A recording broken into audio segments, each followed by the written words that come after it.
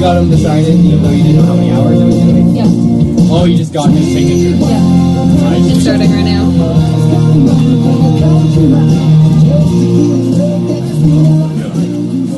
Yeah, we need to... I'll add you one month. And do you have the new lineup? Or the old ones? These are the new ones. It's just starting. You don't do anything in the middle. No? So is it? They're already playing, so. Yep. We're up. Yeah. You're gonna have to move, so. Yeah, sorry. Turn them. Oh, yeah.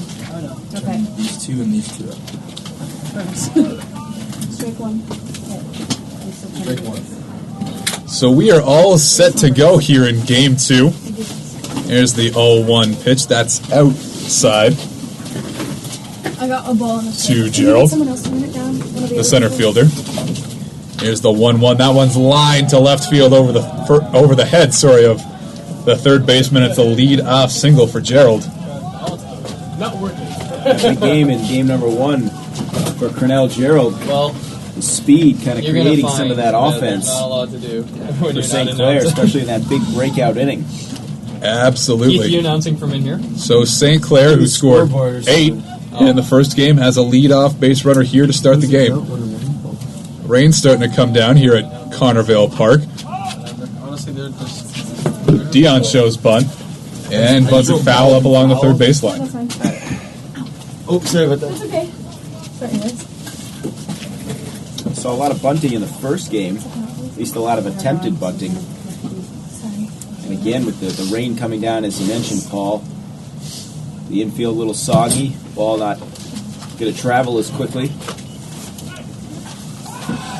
Throw over to first, not in time. So, what did he first? So the guy got a strike. I think he walked.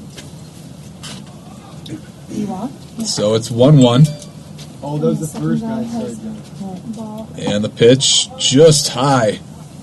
Ball 2. A ball, a foul, and then a ball. I still do this. Throws back again, not in time. Pitching for Humber is number 5, James Burns. Started 1 game this year. Comes the runner going, throw down to second, not in time. Stolen base for Cornell Gerald. And Cornell Gerald, stolen base in the first game, and even though Burns has a good move there, That's 1 and 2. didn't really see Gerald taking off, and he was able to get a pretty decent jump ball. Absolutely a high throw, too, not helping things. That one fouled off to the right side. We'll see now if Dion can move the runner over. A theme we noticed in that first game when a runner got to second base with nobody out on a number of occasions, both teams failing to move that runner along. Here's the 1-2. Swing and a fly ball hit to center. And Campos is there going for third. No, he bluffs. And Gerald is back to second base. 1 gone here in the St. Clair first. It'll be really interesting to see for both Next to the infielders Saints, and especially number 3, outfielders Eric Cunningham. in the raindrops, fighting the conditions to try and gauge balls off the bat. As you mentioned, Paul, the gray skies. Baseball kind of blends in when it's up in the air. So a little tricky for the fielders to read these balls. Really critical for outfielders to get a good jump and get themselves in position to make the play. Absolutely, and it'll be especially interesting to watch how the infielders handle it. That ball can get real slick when you're trying to pull it out of your glove. Nice curveball there from Burns for strike 1. Let's see if Gerald is in motion. We saw a couple times in the first game when a runner did not move up from second, taking And off. there he goes. Throw down at third. Third looks good. They get him. Good tag there at third. And Humber eliminates the early base runner. There are 2 down now. Yeah, right on cue, Paul, and that's a function of your hitters not moving runners up, not getting productive outs, forces you to run, forces you into the running game, and this time Humber able to nab Gerald. Looked like Stoddard there at first, applying the tag. So stepping in is the right fielder Eric Cunningham. Saw Cunningham behind the plate in game 1, did a nice job. That pitch comes inside on Cunningham. And it's 3-1. Don't want to put a runner on here. You just eliminated a man in scoring position. Here's the 3-1. Out to short. Fields it on to first base, and that'll do it for St. Clair here in the first. At the end of the first half, it's Humber 0, St. Clair 0 here at Connorville Park in Etobicoke.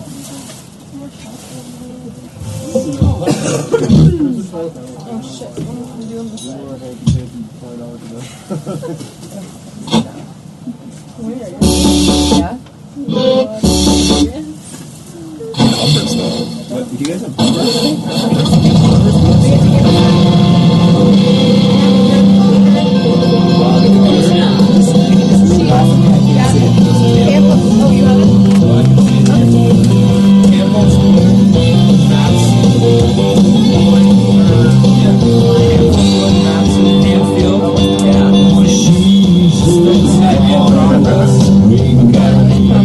Andropoulos moves up. What about Cower? Yeah.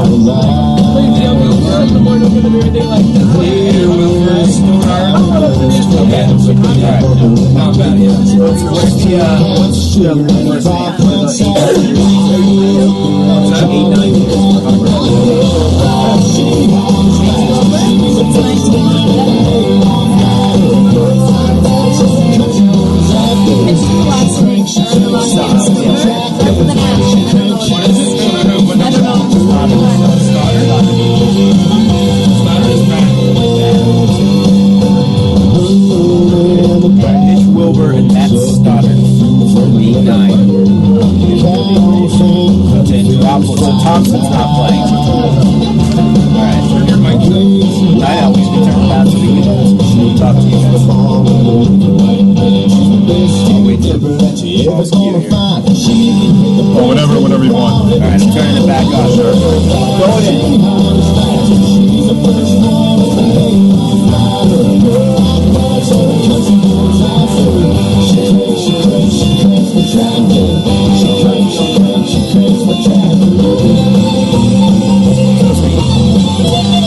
Get set here for bottom of the first inning.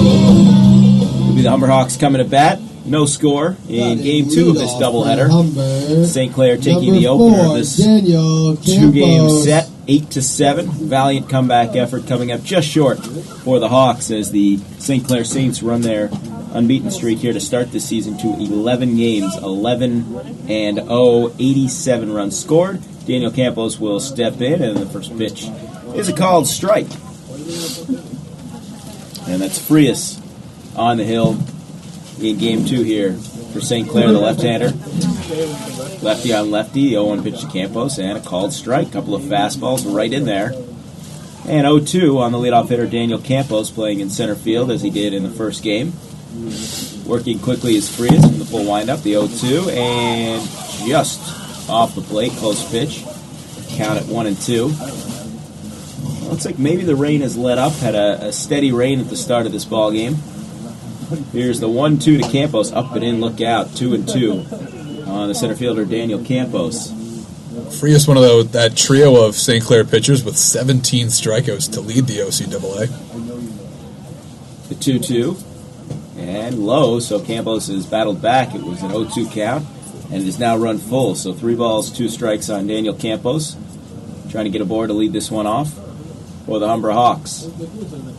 Frias steals the 3-2, and it misses ball 4. So how about that? Daniel Campos falls behind 0-2, and then takes 4 pitches for a leadoff walk. Oh, we saw in the first game just how big a leadoff walk can be for an offense.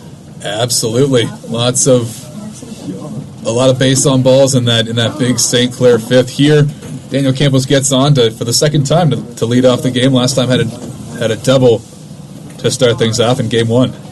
Yeah, and had a tough caught stealing to end the 6th inning of game 1. We'll see with the lefty on the mound. Might be a little tough for first pitch to Wood. He pops it up foul right back towards us and almost into the booth. Not quite.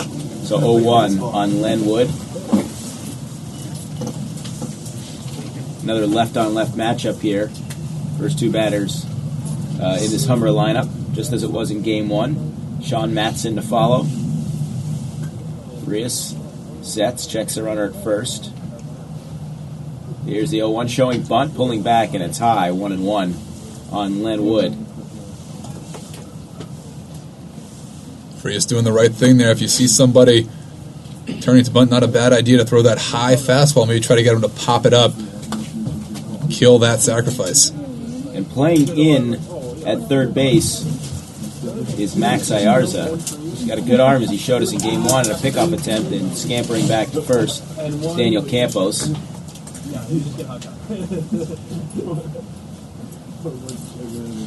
So they hold the runner at first, and in at third, towards the edge of the dirt, is Ayarza. Be a 1-1.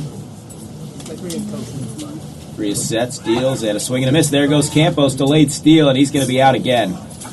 Just like in Game 1, Campos did not get a good break and was thrown out by a good 10 or 15 feet. And Paul, looked like a delayed steal there. A little bit. We also don't know how wet the infield is. The damper that infield gets, the harder it's going to be to steal a base. I mean, you like for your cleats to be able to dig in, but the softer it is, the less traction you get, the harder it is to get a good jump off those bases. A couple of base runners thrown out trying to steal in Game 1, both critical, and now one here in the first. And that's a curveball and a called strike 3 on Len Wood. So just like that, after the leadoff walk, is 2 outs and nobody on, as Frias drops a nasty hook on there on Len Wood, so he is gone. 2 down, nobody on, and Sean Matson will step in the shortstop. Boy, how an inning can change. We saw that a few times in Game 1 of this doubleheader. Thank you very much, guys. First pitch to Matson is a called strike. What is it? Well, you're absolutely right, Mike. The 6 St. Clair runs in that 5th inning, 5 came with 2 outs. And 5-run uprising in the 5th inning, starting with a 2-out walk, as that one misses to Matson, 1 ball, 1 strike. It'll be Matson and then another lefty, Kenneth Honfield. I was going to say. Matson is to reach, and that is off the plate, 2-1.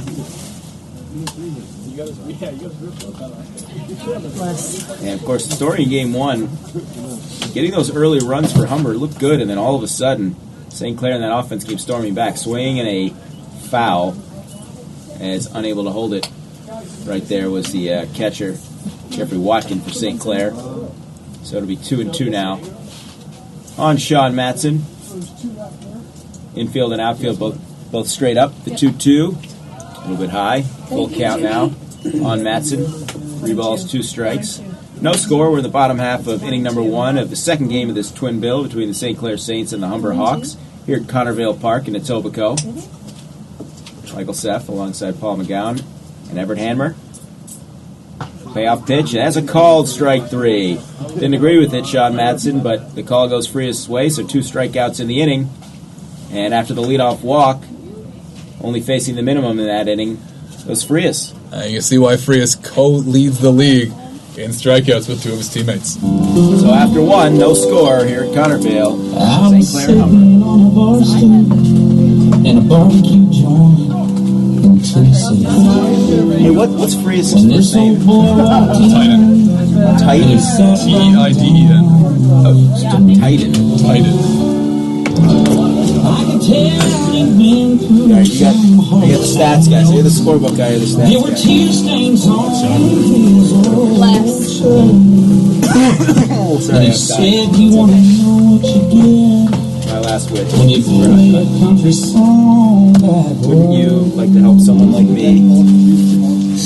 Oh, here. Wouldn't you like to pass me? Oh, thanks, Jeff.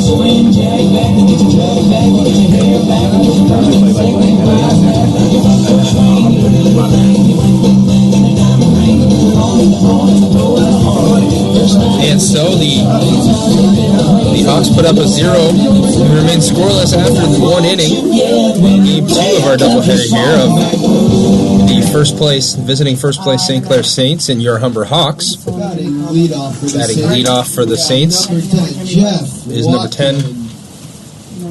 10, Jeffrey Watkin. Watkin getting the catching duties here in Game 2. He was the designated hitter in the first one as Eric Cunningham goes out to the outfield here in the second game of the Twin Bill. As the starting pitcher today for Humber in Game 2 is James Barnes. First pitch, misses low. And James Burns, a good first inning.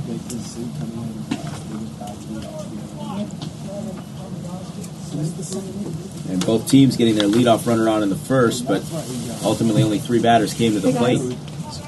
Pitch misses there, outside. Count goes 2-1. Here's the 2-1 pitch from Barnes. Is high, misses. 3-1 goes the count. Okay, I was just going to do it quicker. No, you're okay. No. You're okay. Foul tip there for You get bored and switch off.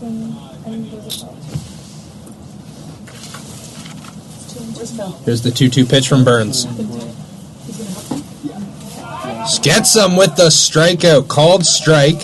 As Watkins there, Mike, believed that was going to be ball 4, and he was trotting down towards first base. Yeah, the umpiring crew has seen a little bit of that from both teams in the first game, thinking they had a call, and taking a few steps down that first base line, only to get the bad news that it was in fact a strike. So Watkins goes down on a called strike, and in steps next batter.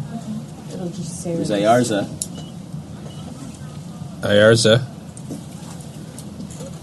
Had a good first game here for the Saints. Swings and misses on the off-speed pitch from Burns. Burns doing a nice job changing speeds here. 1-1 is the count. A little bit of movement also on that change up there from Burns. Yeah, it's a kind of a long delivery from the left side. Showing bunt, lays down the bunt as Ayarza, but it's going to be called foul tip there by the umpire.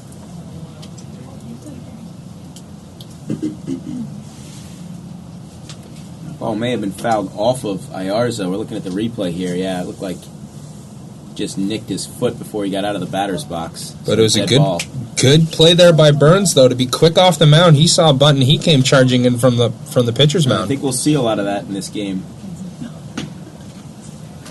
Pitch misses on the outside corner, and the count is 2-2. Playing back here, the infield. The 2-2 pitch to Ayarza. Gets him with the off-speed pitch, and Burns records his second strikeout of the inning.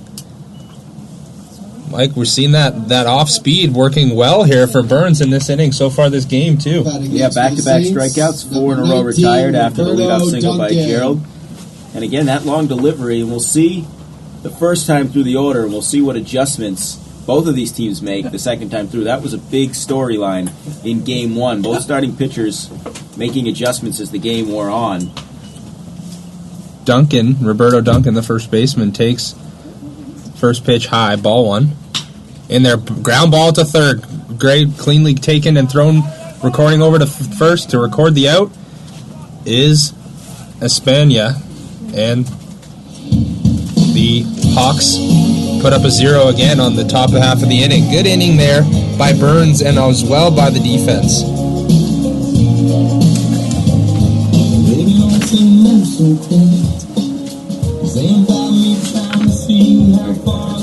Who's in third for Humber? Stoddard. Sorry. Alright, so it's Onfeld, Campos, and Woods. Stoddard. Matson at short. Stoddard, Matson, Andriopoulos, and Lyons. Yeah. I told him you were out. Just out there. I think I cleared it.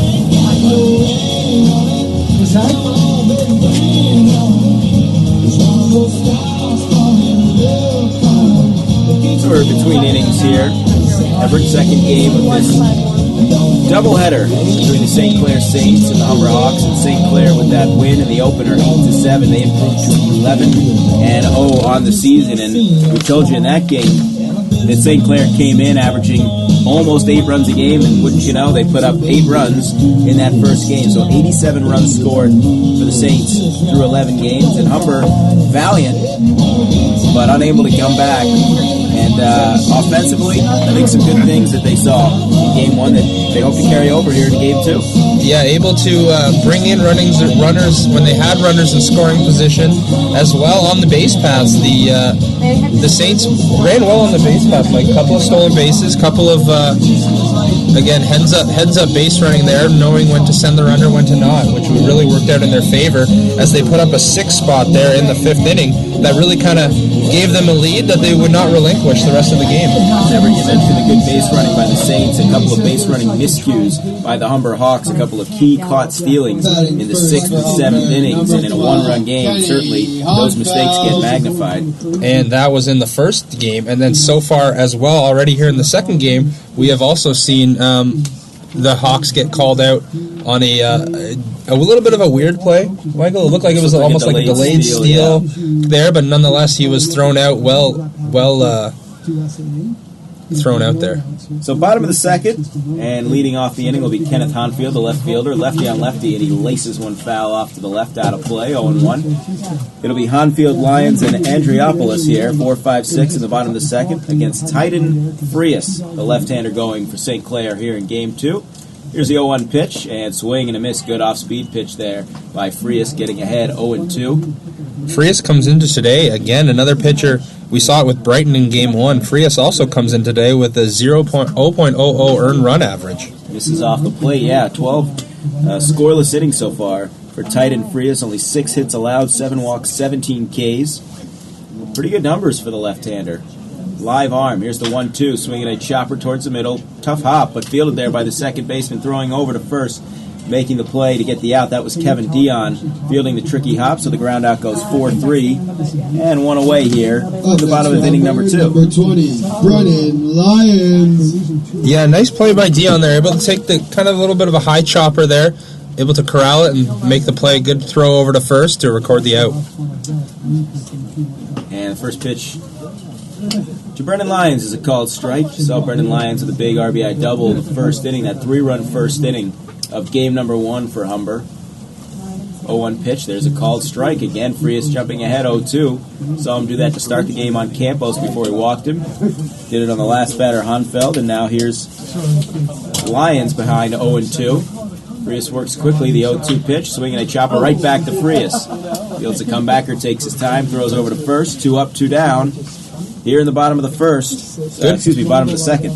Good play by Frias. Sometimes that comebacker right to the pitcher, it's hard for the pitcher as he's just finishing releasing his ball there, releasing the throw, and it's hard for him to adjust to a ball coming right back at him. But Frias did a good job of grabbing the ball, fielding it cleanly, and making the throw over to first.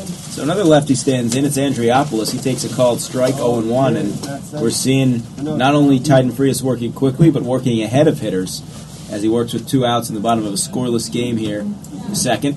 And this one has popped up off foul, back out of play, 0-2. So 3 batters here in this inning, and all of them have fallen behind Titan Frias, 0-2. Working quickly, here's the 0-2 pitch, and curveball misses in, 1-2 on Andriopoulos.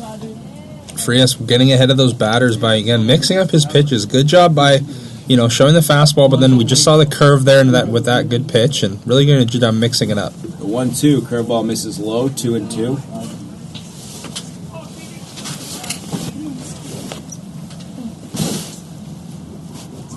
Two from Frias to Andriopoulos. Swinging a ground ball towards the right side and past the glove of Casey Boutet into right field for a base hit. So a 2-out knock for the Hawks. First base hit of the game, second base runner. And it comes with 2 outs here in the bottom of the second as Stephen Andriopoulos is aboard. Yeah, Boutet just unable to get that little chopper good. Just out of the reach of him there. But again, we talk about it, that the wet infield mixed with the the wind and the cold conditions makes any ball get the potential to squirt through there. And Boutet had to field a tricky hop earlier this inning. He was able to make that play, and this one just kind of skipped by him. So Blake Cower will be the batter with a runner at second and 1 out. He pops up the first pitch. Right side, will it stay in play, giving chase first and second baseman. It's going to drop in between both of them. Unable to get over there in time was the right fielder, Cunningham. So a harmless foul ball and an 0-1 count on Blake Cower. Frias coming after Cower early with that fastball. First pitch fastball, a little high in the zone. But I like that play, that pitch. If I'm Frias, get ahead with your fastball. Fourth straight batter in this inning that Titan Frias has gotten ahead of the count. And he's got an 0-1 count here. As time is called, Blake Cower will step out, adjust the batting gloves. Jeffrey Watkin will check, make sure everybody's set, and now we're ready to go. So Frias will come set here in a moment, ready to deliver the 0-1. Andriopoulos at first. The pitch, swing and a miss, ball tailing away there, 0-2. So again, another 0-2 count here for Titan Frias, working quickly and working ahead. Ready to go. Here's the 0-2 pitch, and Cower swings and fists it out to right field. It's going to drop for a base hit. Around second and heading for third is Andriopoulos. Here comes the throw. It is up the line and sliding in safely is Andriopoulos. So a little punch job out to right by Blake Cower on an 0-2 pitch. And a 2-out rally in progress here by the Hawks, Everett. Yeah, good job by Cower there, hitting that off of the kind of the inner third of the bat there.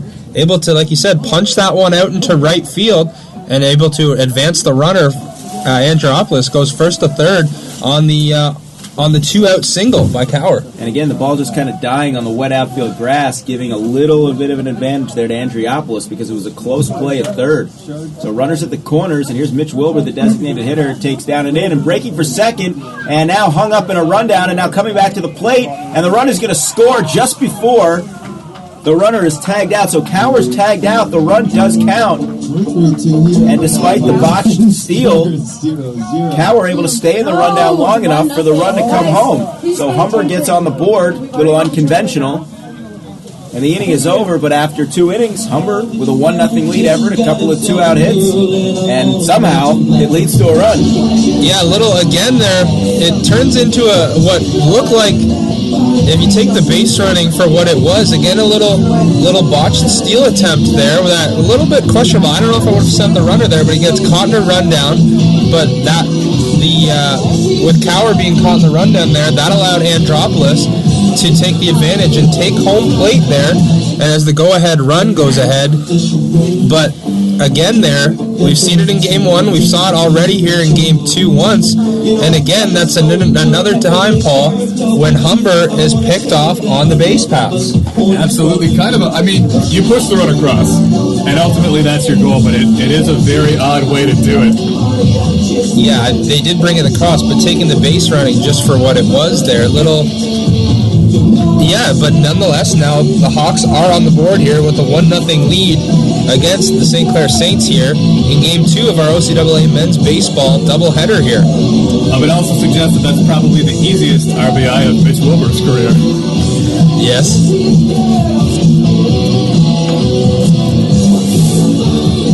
And so, we go to the top half of the third inning with Burns on the mound for the Hawks.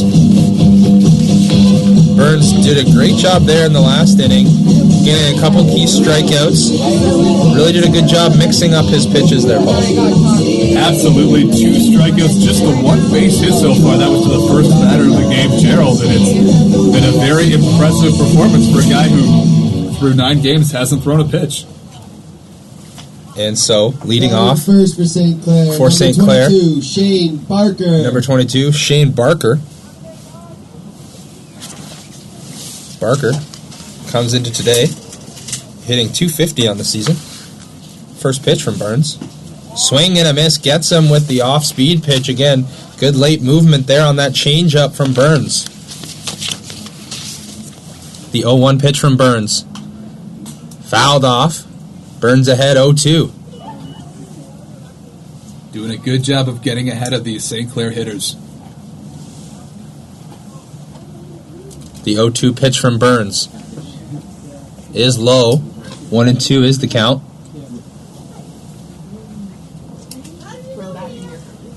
We saw the 1-2 pitch is outside 2-2. We saw that you want to get ahead of batters because, as we saw in Game 1, this St. Clair team has the ability to put runs up in a hurry on you. Gets them with a called strike there. Absolutely, Everett. You're exactly right. You don't want to give these guys free passes. They're dangerous enough without putting guys on base for free. And so Burns has 3 strikeouts so far today.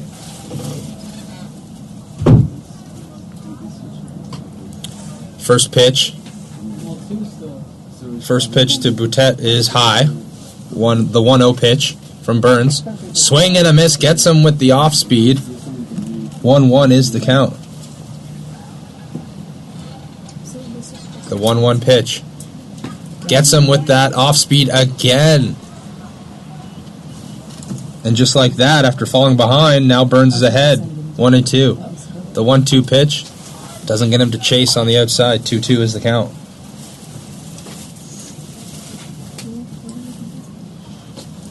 The 2-2 pitch. Missed high of the strike zone. The count goes full. 3-2 grounder to third. Cleanly grounded there. Cleanly throws over to first to record the out. And 2 away here. Good play there by Stouter Number 2, to get clean the grounder. And so with Gerald being called out on that stealing attempt, so far, Humber has faced the minimum. No. Matt Sykes in there, called strike. First pitch on the curveball there. It's a big hook from Burns, and St. Clair hasn't been able to hit it yet. Burns again, clean liner right to the second baseman, Andropoulos. Record the third out, and just like that, 1, 2, 3 in the third inning, as the Humber Hawks remain leading ahead by a score of 1-0 here as we head to the bottom half of the third inning. Different kind of a game facing a potent offense like St. Clair's. On the one hand, every run counts, and you're thankful to be up by 1, but on the other hand, you have a feeling that 1 run just isn't going to cut it against this team. No, we saw it in game 1, the Hawks were up by just 1 run going into the 5th inning when, like we said, St. Clair had the ability to put up 6 runs here, and all those runs coming with just 2 out. So not only do you have to get up early on the batters, but even with 2 outs, the St. Clair team has the ability to still tag on runs and just keep going. As you know, hitting is contagious, as we saw in that first game. Absolutely, and they weren't doing it with the long ball. The team has hit a ton of home runs this year. They lead in a ton of offensive categories in the OCAA, in average, in OBP, in home runs. But they didn't do it via the long ball. They put together hits, had some smart base running, and they still managed to put up 8 runs. Yeah, coming into today, before game 1, this St. Clair team was hitting collectively as a team 367 batting average. So that just goes to show you, Paul, that all up and down that lineup, there doesn't appear to be an easy out. Absolutely. No, everybody hits well. As a team, they have a very good batting eye. They've taken a lot of walks this year. And we've mentioned it again and again, but you just can't give free passes to this team because they're going to get on base anyways. So we Mitch Wilbur to lead things off for Humber here at a wet and windy Connerville Batting Park. first for Humber, number 19, Mitch Wilbur. Of course, Wilbur was at the dish when Cower got caught in the rundown, bringing home Humber's first run of the game. That's where we're at right now, 1-0 Hawks over the St. Clair Saints. Wilbur hits from the right side, and he stands in against Frias. Swinging strike as Frias gets ahead 0-1. Big, powerful cut there on that pitch there. Absolutely. Frias has got some good stuff, and I think at least one strategy is to go up there looking fastball. Wilbur takes inside 1-1. And now he hits one to the gap. The center fielder going back for it. Sets up under it and makes the grab. That's Craner Gerald out there in center field. And there's one down here in the Humber third. A good hard hit ball there. It appeared to be that it might have had a chance to drop in the gap there, but Gerald get a good jump on it, read the ball cleanly off out of impact there and able to record the out. I think that one came off the end of the bat, and yeah, just didn't get all of it. And there's one down.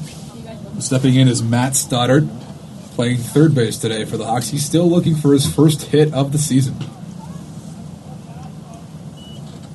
Good eye there, taking first pitch ball. Just 2 at-bats here on the year. That one comes inside, and it's 2-0. Frias has that real good 2-seam fastball. Looks like it's going to be over the plate to that left-handed hitter. It comes right back in. Tough pitch to handle. Taking outside, and it's 3-0. Stoddard looking to give Humber a base runner here in the third. That one's on the corner. Strike one, good pitch from Frias. Stoddard was taking all the way there on that 3-0 pitch, but again, good pitch by Frias, though. Lefty, that one well outside. So Stoddard will pull the bunt back and head on down to first base, and Humber has another base runner. They've had a base runner in every inning so far. Daniel Campos. And that base runner will turn the lineup over here as Daniel Campos comes up to bat. Daniel Campos 2 for 3 in the opener with a walk, scored 2 runs. A big part of that Humber offense that very nearly came back and tied St. Clair in the late going. Frias deals, bunt attempt goes way foul. Looked like Campos tried to take off a little bit early, didn't get the bat square to the ball. Just leaving the batter's box before he had really fully, I see it in the replay there, before he had fully gotten the barrel on that ball and popped it foul. Yeah, and you'd love to get a base hit off of that bunt, but more important is that you get the ball down. Don't want to pop it up because then you've got an out and you haven't advanced the runner. He takes low, and the count is even at 1-1. Frias looks in for his side. Comes set, and he deals. Good slider, catches the outside corner. 1-2. Great movement, both on that slider and that 2-seamer. Tough guy to face, but he's got so many different weapons out there. So it's 1-2. That one on the corner, strike 3. Good job by Frias there. The last 2 pitches, one for both called strikes on the outside corner. As that we talked about it, that late movement there on that slider there. It looks like it's going to be coming outside, but then a little late movement comes back and catches the outside corner of the plate. Yeah, it's hard to tell. Looks like one of those might be a 2-seamer, and then he's got also what looks like a backdoor slider. Same kind of movement, but a little bit. He takes something off it. So now there are 2 outs here in the Humber third. That runner still at first base. And Len Wood takes outside ball 1. That's Stoddard there. He walked.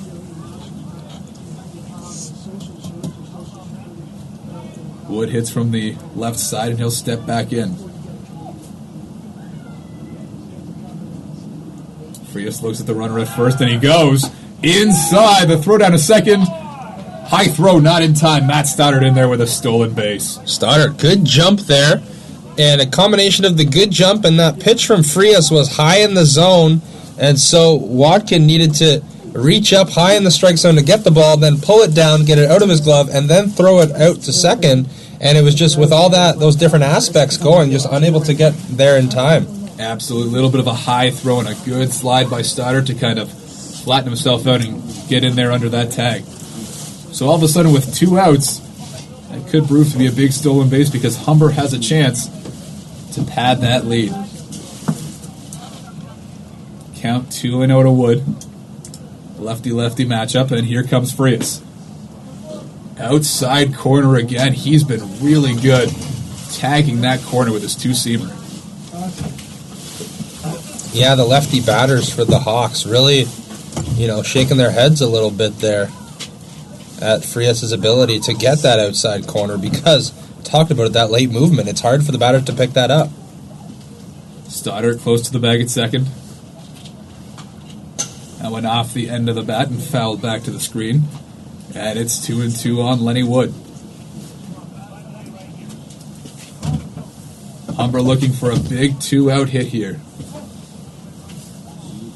Against this St. Clair team, they want all the runs they can get. Frias comes set, and here's the 2-2. Big hook, and it's chopped foul. Good job by Wood of staying on that pitch. That was a tough one.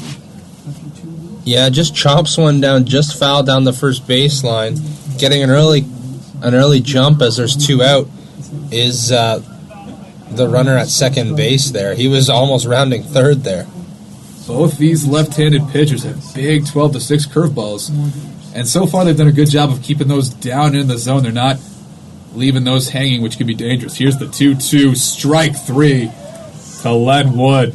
All he can do is watch it. He's not happy. He's having a conversation there with the home plate umpire, but that's not going to get you anywhere. So after 3, it is 1-0 Humber Hawks. We'll go to the top of the 4th. What's that? So 4 strikeouts here for Frias. Came in leading the league with 2 of his teammates at 17. He's up to 21.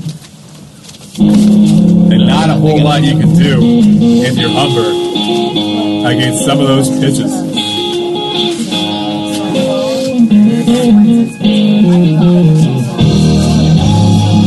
Those are the 2 stats pages. What else? I got. The others are just sketches. That's fine.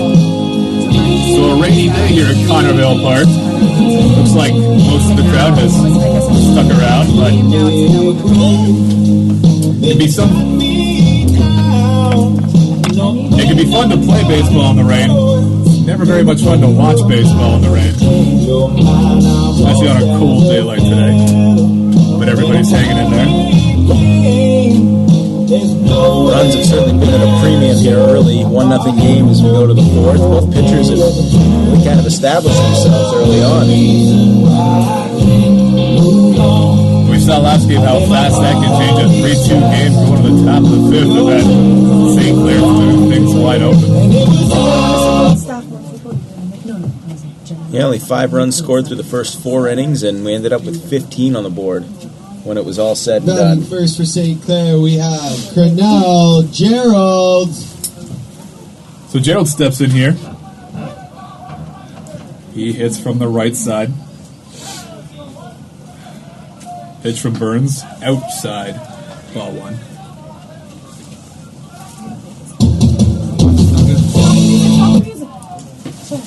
That pitch is in there for a strike. Take a backdoor slider from Burns, and the count is 1-1. In there for a strike now, 1-2. Boy, you'd love to keep this guy off the bases. He's been a real thorn in the Hawks' side. That pitch outside to even the count at 2-2. You're right, Gerald, with 14 stolen bases. And he's going to get on there, slaps one just over the glove of third baseman Matt Stoddard. Just the second base runner of the game for the Saints. Yeah, And it'll bring up Kevin Dion. Gerald, both base runners have been him. So just like in the first inning when he was on board with nobody out, another opportunity here, speed on the base paths for the Saints. Brings up the right-handed hitting Kevin Dion. Was 2 for 5 last game with a couple of strikeouts. Also had an RBI double. And you can bet that Carroll will be keeping a close eye on Gerald. And sure enough, Burns will throw over and try to keep him close. Now the advantage of having a left-hander on the mound, a little bit better view of what's going on in front of him at first. Here's the pitch. That one might be playable. It's over the right side against the fence. Makes the play. Lyons comes over. Makes the play. Batting next for the Saints, we have number Couldn't have 3, any less room to make that play up against the fence. Yeah, we were saying tough for both the infielders and outfielders gauging balls in the air. You've got gray skies and misty conditions. Rain subsided a little bit, but always tough on any ball put in play on a day like this. And a big first out, you keep Gerald right there, stationed at first base. And that'll bring up Eric Cunningham. And the pickoff throw he goes. They've got him in a rundown. Throw in the dirt. This is the shortstop, The throw to, I think that's, looked like Burns covering first, gets the tag down. Almost looked like Gerald got in under the tag of the pitcher Burns. But the umpire rules that Burns gets the tag down. Look at him sweep back with that tag. And certainly looked in real time, and we just watched the replay like they missed the tag. Good job by Burns getting over there, covering, doing his part in the rundown. But kind of a double clutch there by the shortstop Matson as he was running Gerald back. Couldn't decide whether he was going to try and run him down or flip the ball. Kind of getting away with one there, maybe, the Hawks. First pitch in, 1-0. But you get that speed off the base paths. Second time we've seen that today. Gerald aboard and then erased on a caught stealing. In for a strike. Nice curveball there, and it's 1-1. And it keeps Gerald off the base for Eric Cunningham, who's hitting .579 on the year. Another great pitch on the corner. Looks like a two-seamer there from Burns, and it's 1-2. And a chance here after that pickoff to escape the fourth, facing the minimum. Except that he plunks Eric Cunningham. Pitch just got away from him. And Humber claiming that Cunningham not only didn't make an attempt to get out of the way of that, but actually leaned into the pitch. And you see on the replay, really, that was not that far in off the plate. And that's what the Hawks are arguing right here.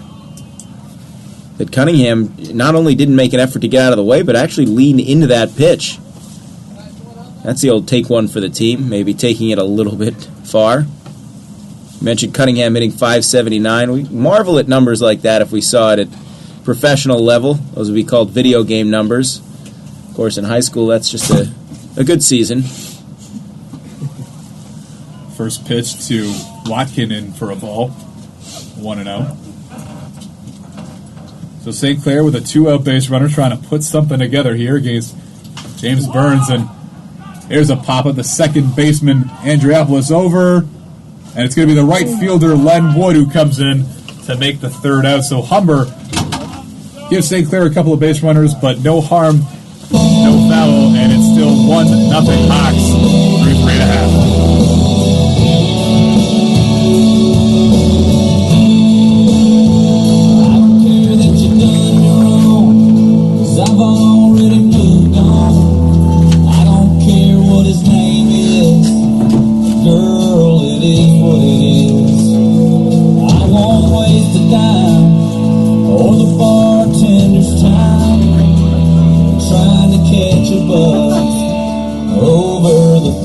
This game, Paul, moving at a quicker pace, considerably quicker pace than the first game.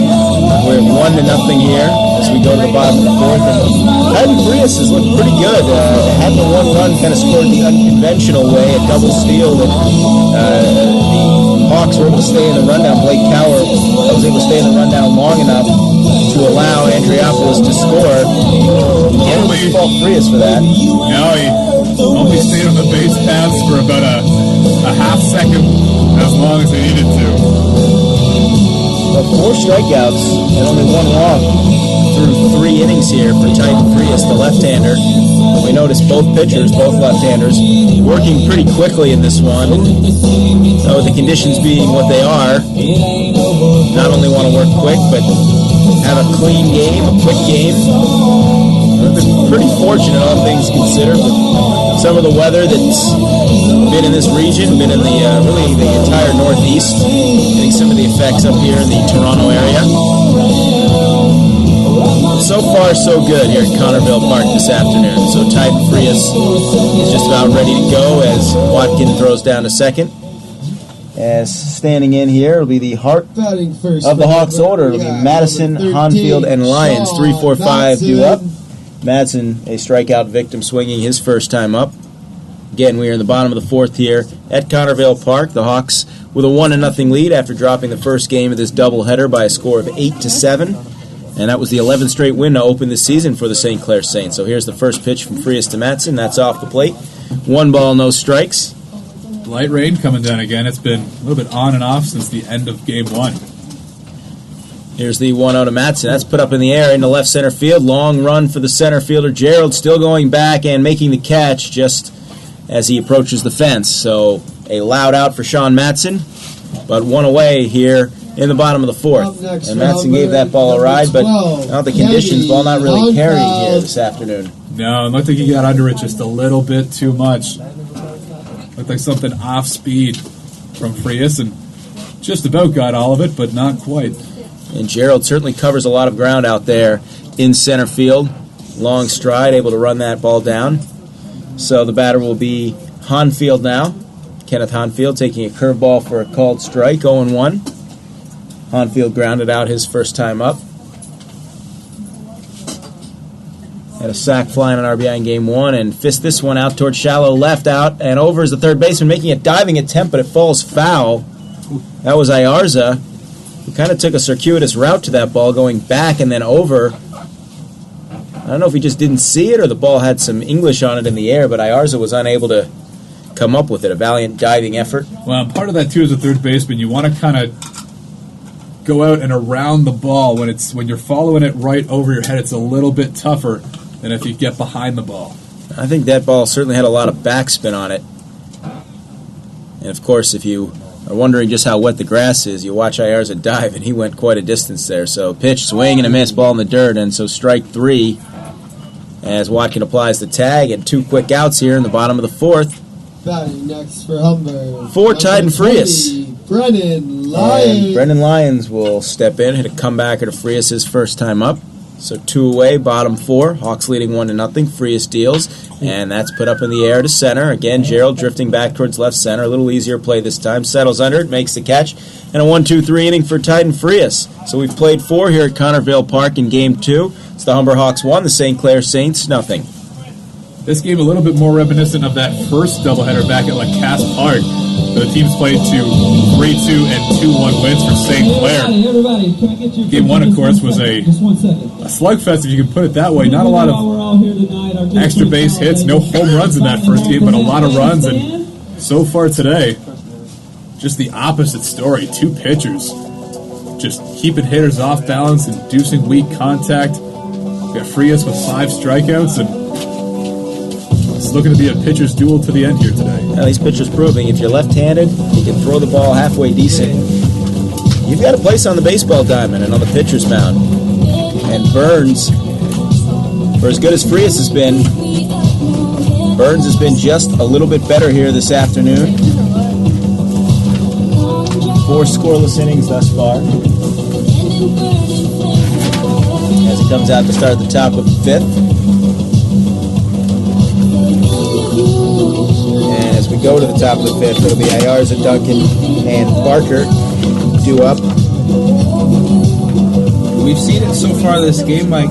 Burns really has had that off-speed pitch really working as his kind of payoff strikeout pitch, as he's recorded, I believe, 3 strikeouts so far this game.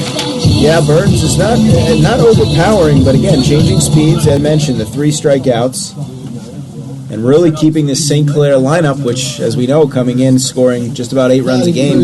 Very, very potent. Number 9, Max Ayarza. Max Ayarza leading off for the Saints here. First pitch from Burns. Misses on the outside. 1-0 is the count.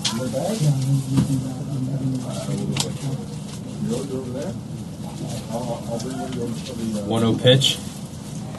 Again, misses low. 2-0 is the count. James Burns able to fool Ayarza in his first at bat, got him swinging. An off-speed pitch. Misses again. In there. Catches it. The low portion of the strike zone as the count is 2-1.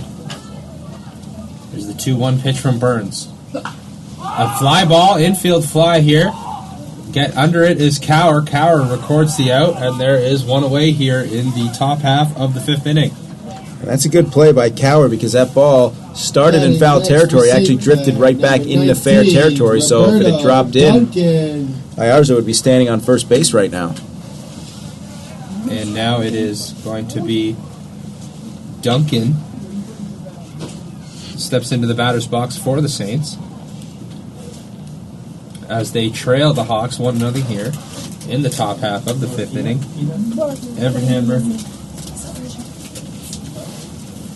as a fly ball here. Under it is the third baseman Stoddart in foul territory. He gets it. Oh, able to make the play at the last second in foul territory, Michael. Another one of those plays where the wind, the rain, the gray skies made probably all of the above coming into play there on that ball. What a terrific play by Stoddard to stay with that ball. Even though it would have dropped foul, he really had to go a long way back towards fair territory to make that catch. So, as we said, with the raindrops, the gray skies, the wind, all these factors, very tricky for these balls up in the air for fielders. First pitch in for a called strike on number 22 batter as Barker. Foul tip there as Burns is ahead quickly, 0-2 on Barker. The 0-2 pitch as time was allotted there before Burns was not able to realize that. And I like what Burns did, complete the pitch. You're always more at risk if you stop in the middle of your delivery. The 0-2 pitch from Burns goes the same pitch on, tried to get him chasing outside, missed on the outside, 1-2 is the count.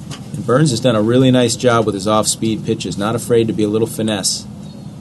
And there it is, that off-speed pitch gets him. Another strikeout for Burns, records he strikes out the side.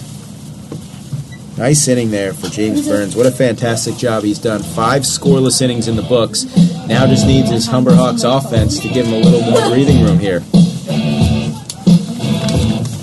And we've seen it in game 1, Mike.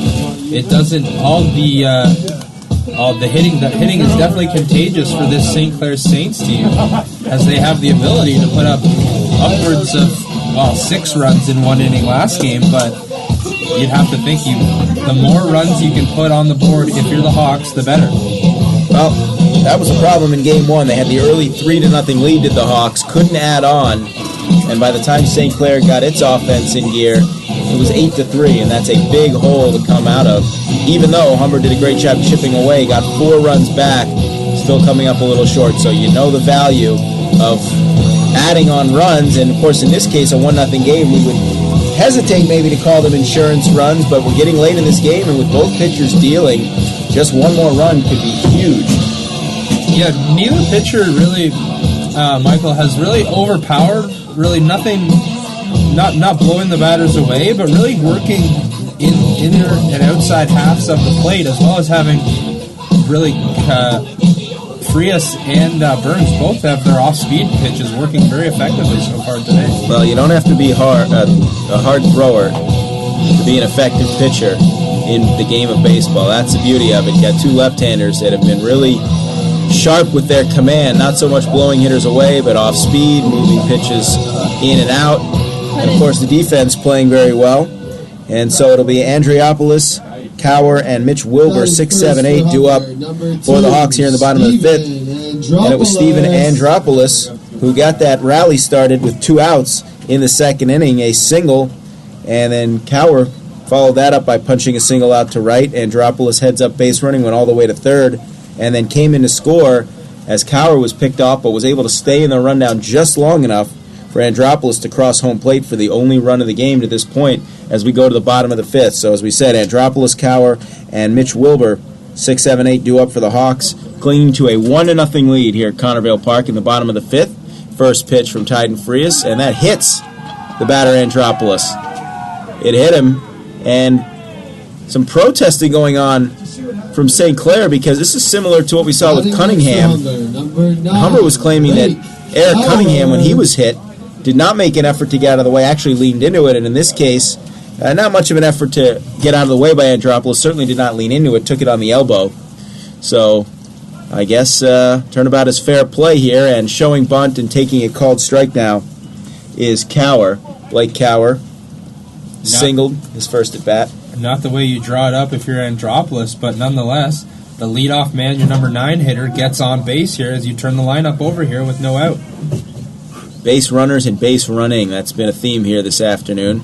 As the rain is falling, in is the infielder, and it bunted right back to Tyden Frias, and he'll go to 2nd, and in time to get the force there on Andropoulos. A heads-up play because Frias' infielders were telling him to throw to 1st, but he saw he had his man Andropoulos and fired a strike down to the shortstop, Sykes. It was certainly a close play there, but maybe if that wasn't a force situation, he would have been in there safe. But as the force is on at second base, he was able to get there just in time. And again, the little things, execution's so key. So the bunt is down, but Cowher does not advance Andropoulos. So after the hit by pitch, with nobody out, you've got a runner at first with one away, as Mitch Wilbur will be the batter. And he swings and misses for strike one. Mitch Wilbur flew out to center in his first at bat. Matt Stoddard will follow him. Frias again working quickly. Sets, checks the runner. Here's the 0-1. That's high. 1 ball, 1 strike. Did not see Mitch Wilbur in the first game. He is the designated hitter here in game number 2. Frias sets.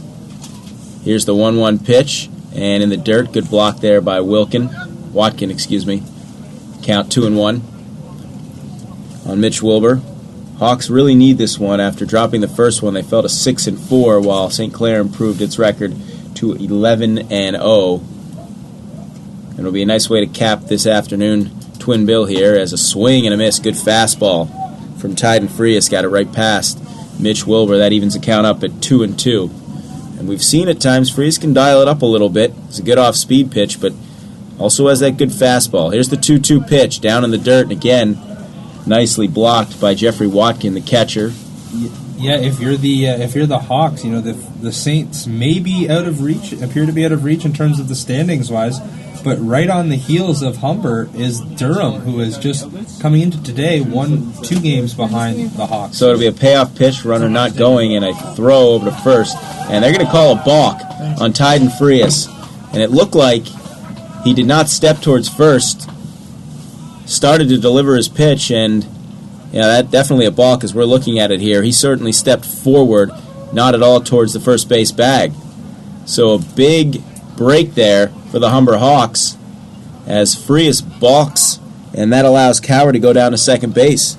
It was a 3-2 pitch, and I was just going to say, Everett, I didn't expect Humber to put the runner in motion, the catcher Cowher, but Frias doing him a favor there with the balk. So now, with still only one out, and a full count on Mitch Wilbur, Cowher is down at second base, and a base hit could bring home that all-important second run of the game. Yeah, that balk warranted a little bit of a detour by manager Dave Cooper. He was, instead of going straight to the mound, he took a little detour and went out to the umpire, possibly getting an explanation just on that balk call from the umpire's perspective, and then, went in, talked to Frias, calmed him down a little bit.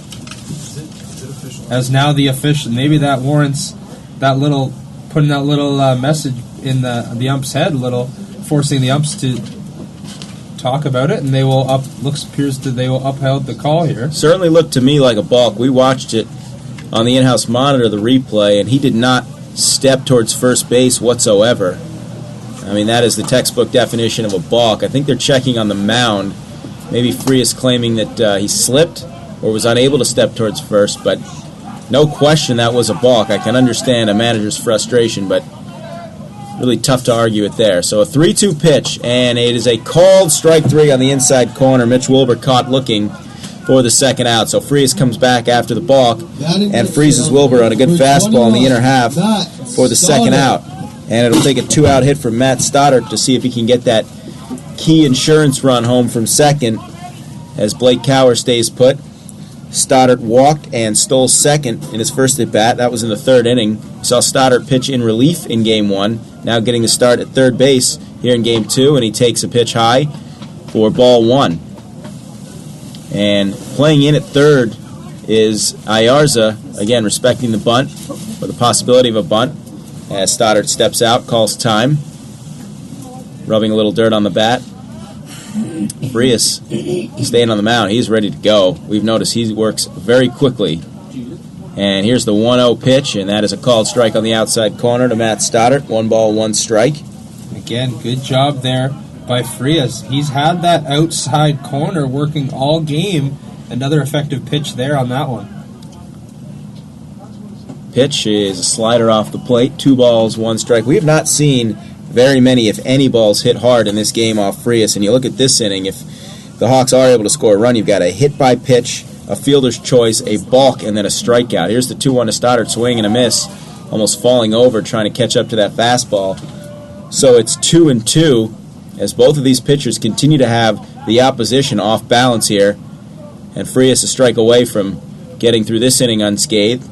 Stoddard looking for a big 2-out hit. Lefty-on-lefty matchup here. Frias, the 2-2 pitch, swing and a miss, went off speed, and Stoddard could not hold up, reaching out for it. So Frias works around the hit-by-pitch and the balk, and after 5 innings in the book here in Game 2, is the Humberhawks 1, the St. Clair Saints nothing.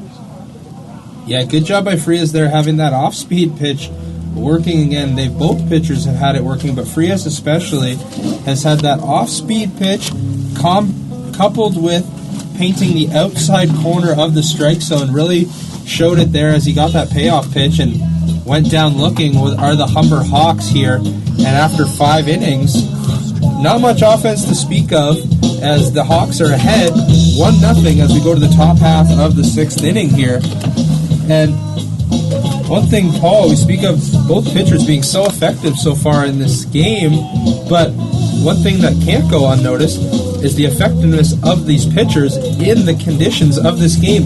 Cold, wet, rainy, overcast conditions, yet both pitchers are dealing here. Absolutely, Everett. I mean, you expect on a cold, rainy day that you're going to have trouble as a pitcher. First of all, your fingers are cold. They're numb. It's hard to grip the ball the way you want. Never mind that it's wet, which makes it hard to grip the ball the way you want, but you're right. Both pitchers very impressive. Frias maybe a little bit more so with the strikeouts. You made a good point. When you command the 2 edges of the strike zone like Frias has done, and then you throw that slider a little bit slower, it's almost impossible as a hitter to sit on anything specific. And you see guys reach like they did at the end of that last inning. Yeah, and it's both and Mike talked about it, the kind of the way that batters are getting on base here is not the way you draw it up with being hit by a couple of pitches, a couple of balks, a couple of base running blunders there. And so it is, as in is Burns here, leads off the inning with a called strike here on number 5 for St. Clair. That's Casey Bouquet. Boutet, foul tip, the second one, 0-2 the count. And for as good as Frias has been with that 2-seam fastball, Burns has been almost as good painting that outside corner against right-handed hitters. The 0-2 pitch from Burns. Tries to get him to chase high in the strike zone, but Boutet, good eye from him, and the count goes 1-2. The 1-2 pitch. Missed high and outside there, not close on that one. 2-2 is the count.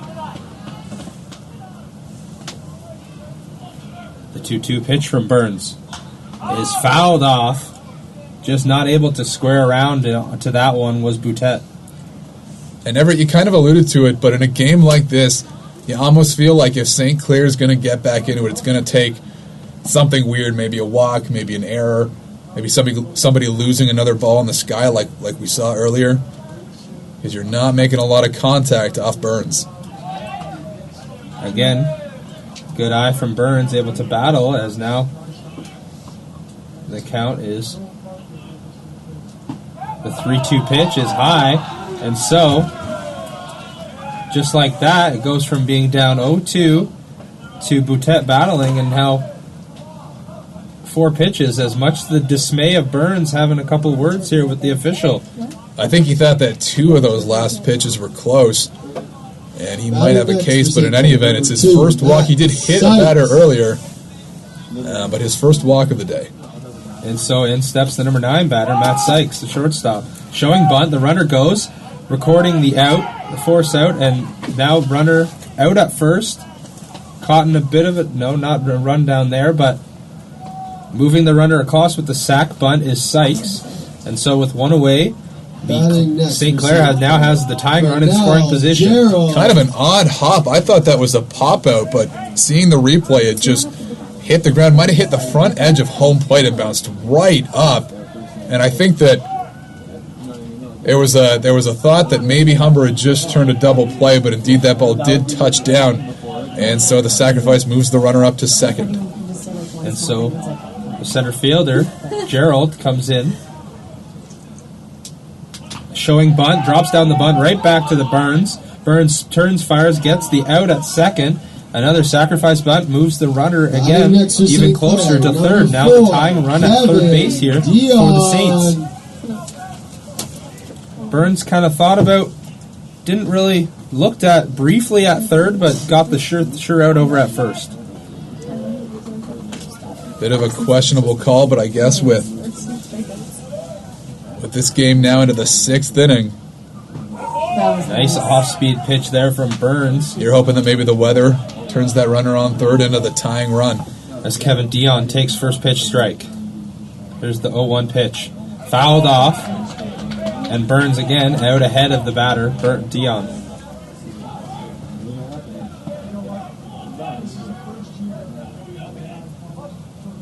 The 0-2 pitch from Burns. Grounder to hit to third.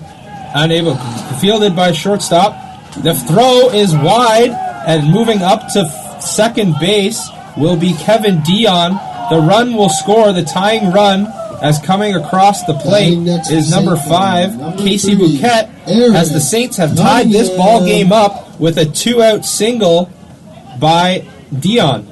Tough play there all around. Stoddard made a great dive at third base, almost came up with it. Matson cutting across to his right, got there in time, but the throw is a little bit up the first base line, and I also don't think it was going to be in time, so the throwing error means that Dion moves up to second, and St. Clair is a runner in scoring position here, and there's a tie game.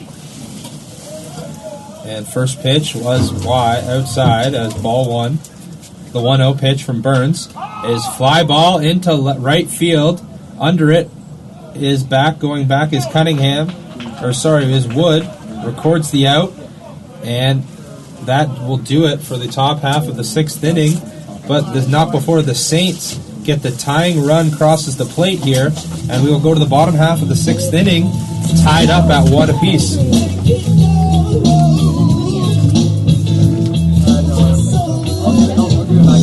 It'll be the top of the order for Humber as they look to go ahead Yeah, it's at the bottom. and maybe forego playing that bottom of the 7th. They'll have the top of the order up to try and do it. It'll be Campos, Wood, and Matson. Exactly the guys you want to have up in this kind of situation.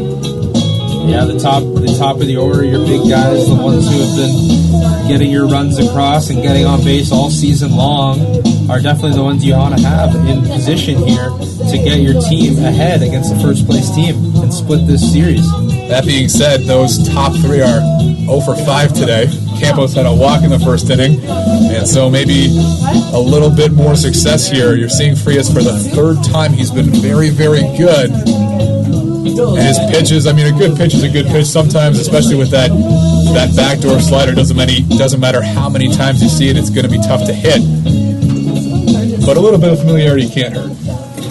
Yeah, one of those things where you might know what his payoff pitch is, you know what's coming, but even if it's a good pitch, you got to be able to square it up and hit it. And so far, the Humber Hawks have not been able to do that on the off-speed pitch from Frias. And we saw that a couple of times last game with Shane Courtney on the mound for St. Clair. Humber hitters knew that slider was coming, but it's such a good pitch that it's hard to get good wood on it.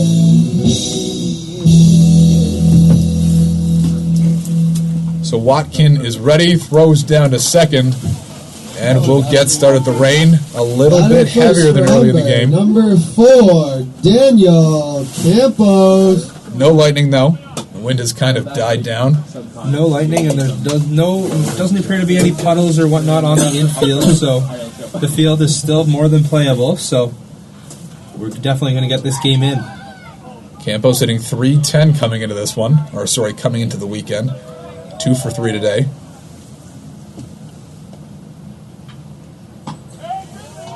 Frias with the pitch up and in. That's ball 1.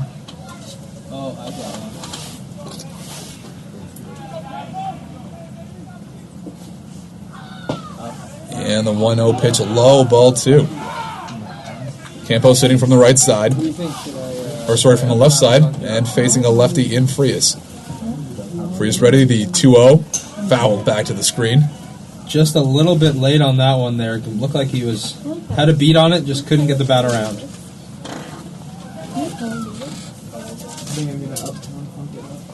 7 strikeouts so far from Frias, adding to his league-leading total. Here's the 2-1, that one up and in. Haven't seen him fall behind too many hitters today. He has hit a batter, and he's also issued a walk. And that one's upstairs, and Humber has a lead base runner here in the 6th. And there, the leadoff man, the go-ahead run Batting next is to now Humber, on number base 8, here. Lenny Wood. And your leadoff man, your guy at the top of the lineup, the guy who you put there because he will get on base, definitely did get on base for you. And it'll be interesting to see how Humber plays it. Campos came into the game with 9 stolen bases. He's been caught twice, though. Of course, nobody out here, so you can try to put the sacrifice on.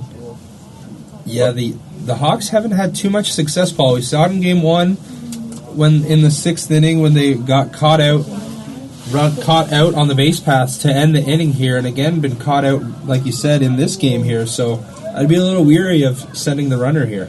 The Hawks with a couple of base runners, like we said. There was the hit by pitch and the walk. But the reality is they've had just 1 hit against Frias. So maybe it's time for a little small ball. Here's the pitch. Bunting. Perfect bunt down the first baseline. No shot at the runner at second base. So they'll get Wood at first on the sacrifice. But Campos, with that speed, moves up to second base, and Humber with the runner in scoring position here in the bottom of the 6th. Great bunt by Wood, able to pull the bunt down the first base side of the mound there, which really brought Frias away towards his momentum towards first base, and so it really enabled the ability for him to throw back, turn and throw to second, so he had to take the sure route at first. Now we saw Frias throw a runner out at second last inning on a very, very close play, and they're going to put Matson on here. 4th highest average in the OCAA. 1 for 3 in the first game, 0 for 2 today, but they're not taking any chances. They're going to put him on, avoid his bat, and what that does too is it gets the double play in order. Yeah, like you said, puts the double play in order, and they must like the matchup. Again, like you said, he's right now Matson is in the top 5 hitting averages in the OCAA, and so they might, head coach says, hey, if we're going to get beat, we want to get beat not by him, so we're going to put him aboard. And I think this is more about avoiding his bat. I mean, the double play is in order, but with how slippery it is out there, how slow the ball is off that infield grass, I don't think we've seen a double play so far. Number 12. So far today, and I don't know if we're going to see one here. So we Kenny Honfeld hitting .286 coming into the weekend. He's 0 for 2 today. Big spot here in bottom of the 6th. He takes outside ball 1. Starting to see Frias have maybe a little bit of trouble with command. He comes set. Here's the 1-0. That one outside where that 2-seam fastball was coming back to catch the corner through the first 5. Not so much here in the 6th. And he's behind a very important veteran, Ken Honfeld. The 2-0. Swing, and that's fouled toward the third base side. No chance to make a play, and it's 2-1. Again, just fouling one off, staying alive there, unable to just get the batter out just enough was Honfeld here, as the count is 2-1. Maybe looking to slap that ball to left. It's hard to sit on anything when Frias has all the different pitches that he does. Oh! And they're going to double up the runner at second. There's Ken Honfeld slaps what looked like a line drive up the middle. Terrific play by Frias to snare that. It was coming right at him. And the runner, Campos, at second just froze. He knew that they had him dead to rights. The Saints just made us eat our words there, Paul, as we said, hey, we don't know, we think we'll see a double play. We saw a double play. Not exactly, we didn't think we'd see a 1-4 double play. Not how you draw it up, but the Saints will take it. How you get it. So we go to the 7th. Game tied 1-1. St. Clair looking to extend their season their start of the season winning streak to 12-0. That would match a record that they themselves set last year for best starts with OCAA season. They've now won 21 straight games going back to last year, including that championship tournament. And Humber looking for a big win for them in the standings to keep that hold on second place, but also looking for some bragging rights, Michael. You'd love to be the first team to beat a team like the St. Clair Saints. And pop the champagne cork when you knock the last team from the ranks of the undefeated, like we see in the NFL.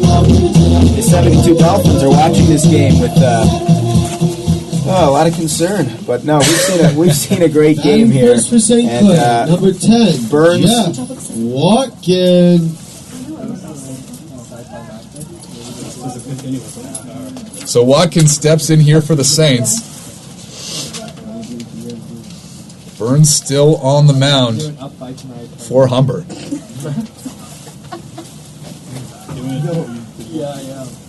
First pitch, slap to left field. Third baseman and shortstop just watch it go by. Not much you can do on that one. And the St. Clair Saints with a leadoff runner here in the 7th. Batting next for St. Paul, Clair, after number using the 9, bullpen a little bit extensively Ayarza. in the first game, Burns being asked to go the distance here, and he's had a great effort, but you just feel a little bit of the mojo's been sapped after that 6th inning, the error that helped tie the game, and then the missed opportunity there in the bottom half, and now you just, more than anything, want to get through this top of the 7th clean. Burns has pitched such a great game, deserves a better fate than if he falls apart and loses this game here. Okay, sorry. He steps in against Ayarza. No. Totally understandable. Max Ayarza, 457 average, 4 home runs, 20 RBI. Was 2 for 4 in game 1. And if you're St. Clair, he's the guy you want up in a big situation here in the final inning. First pitch, and it's a chopper to short. Maybe no time to get the runner at second, but they do go to second, and they get him. Nice play there by Matson going to his right. Didn't look like he'd have a play. On a very slow chopper, he does. He barehands it, goes to 2. And a good job, too, by Andreopoulos to hold on and keep his foot on the bag to get the lead runner. That's a big out here in the 7th. And I think if you're Matson, you might look and say, well, why do you barehand that ball? That's his only play. If he reaches for that ball with the tricky hop, I don't know if he has enough time to turn his body and make an accurate throw to second. That was really the only play he could make. That pitch in the dirt, ball 1. Roberto Duncan comes in, hitting .233 coming into the weekend. Was 1 for 3 with an RBI in game 1. He's 0 for 2 here today. That one high in the air. A shortstop coming over. And Matson reaches, had to stretch out a little bit at the end of that play, but he hauls it in. And there are 2 outs here in the St. Clair 7th. And 2 great plays by Sean Matson. And you think about how the complexion of this inning changes if Matson does not make that play on the force. You're looking at first and second, nobody out before that pop-up. And that's why defense, especially in a 1-1 game, goes without saying, so critical. And after the error that tied the game in the 6th inning, good defensive play here by the Hawks in this all-critical 7th inning. That looked like an innocent pop-up, but that was hit in no man's land. That was shallow left. On a day First like this, pitch, ball, a strike. no such thing as an innocent pop-up. To Shane Barker, absolutely right. We've talked all day about the sky and the fact that it's very easy to lose that ball very quickly. 0-2. Burns has pitched a stellar game. Thank you. He's a pitch away from guaranteeing Humber a tie. And it gets it with a big hook. Sorry, that was a pinch hitter for the St. Clair Saints. Big hook, though, by Burns. Guarantees Humber the tie, and you'd love to get the win, of course. But I think just breaking up the undefeated streak for St. Clair is a big deal in and of itself. And for the Hawks right now, the advantage of being the home team now in a game like this, you essentially are getting 2 opportunities to every 1 that St. Clair has, and we're going to see that here. So if Humber cannot score in this bottom of the 7th, at worst, they'll at least have 1 more at bat. If they're able to keep St. Clair off the scoreboard, if this game goes into the extra innings, that'll be a big advantage for Humber. I wish I had all of these bullets. White. So when he was my voice, she was like, who is this? And I was like, oh, we're from a college. We're marking a Facebook game and we're just trying to use phone right now. March there, I'm like, no, completely understandable. So sorry. There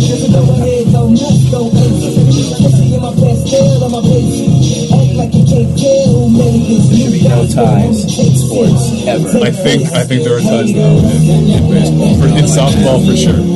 You know, they wouldn't even play 1 or 2. We gotta find that out. Who's due up before I turn this back left? We got Lions, Andreopolis. Yeah, it's extra innings. Okay.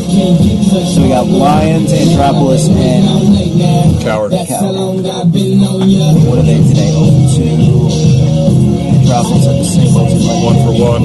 Coward had the single. Got the rundown. All right, we're back.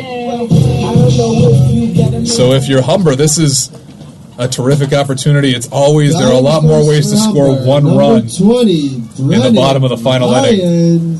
Well, it might have to be the unconventional way. The way that Frias has pitched in this ball game, gonna have to scratch something together. So 5, 6, 7, due up. Brendan Lyons will lead off this bottom of the 7th, and he puts one up in the air to left. Playable. Over is the left fielder, and settling under it for the catch is Dion. So 1 away. 1 pitch, 1 out here in the bottom of the 7th as Brandon Lyons flies out, and now stepping in will be Andropolis. Batting next for Humber. Steven Number Andropolis. 2, Steven Started the Andropolis. run-scoring rally in the bottom of the 2nd with a 2-out single. Moved to 3rd on a single by Cower, and then scored when Cower got himself in a rundown after he was picked off. Just enough time in that rundown by Cower, allowing Andropolis to score what is still the only run of this ball game. And first pitch to Andropolis, there is a called strike, 0-1, and Paul, we're seeing both pitchers here going the distance and maybe more. Not surprising. Both of them have been very sharp from the first pitch of the game. And that just misses. Curveball bends around the plate. 1 ball, 1 strike.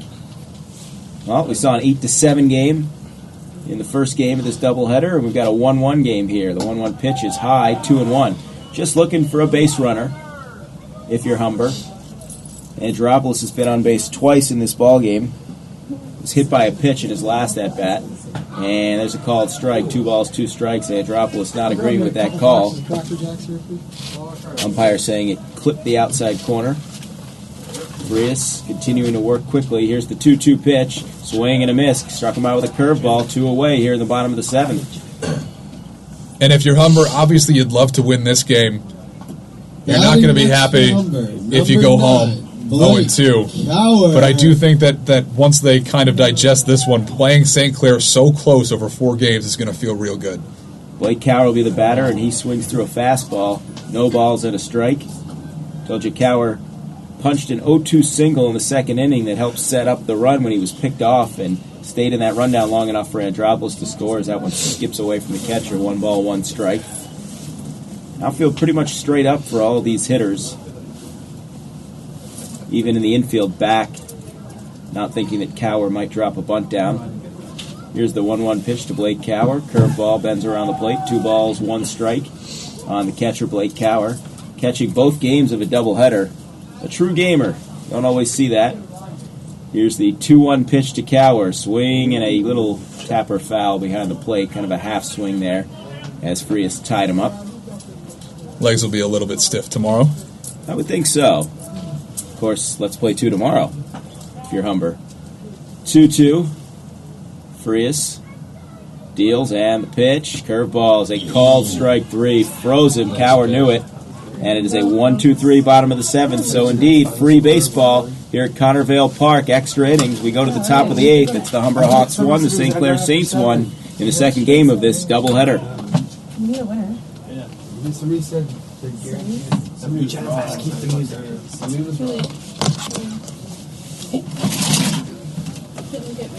I had to turn it off for a second. I could do my Smucker's cough. All right, ready?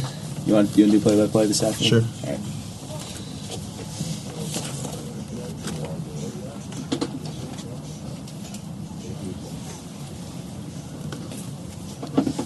No, they don't. No, I wouldn't. I don't care about that.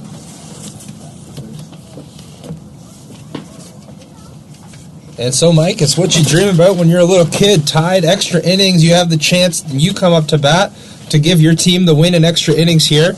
And still on the mound here. Dream scenario, not dream weather. I wasn't dreaming about the rain, but so far it's held up. But you're right, Everett. Extra innings, and you're playing the best team in the league. A great opportunity right now for the Humber Hawks to go on and win this game here as we head to extra innings. And Burns still on the mound here for the Hawks, and hey, why not? He's pitched extremely well through 7 innings, really commanding both sides of the strike zone and having good off-speed pitches. Yeah, 8th inning of work now for Burns. He has been fantastic. Really had this St. Clair lineup, which we mentioned, came into today averaging almost 8 runs a game, keeping them to 1 run through regulation here. And another true gamer staying on the mound here for extra innings. You don't see this very often, but Burns has certainly earned that opportunity. Number 5, Casey Boutet. And so it's going to be the 8-9-1 batters up for the Saints as Casey Boutet steps in. First pitch from Burns in there for a strike. Ahead again, something we've seen all game. Burns getting ahead of the batters. Tristan Boutet scored the only run of this game. Boutet, good eye. His second pitch was high there. 1-1 is the count.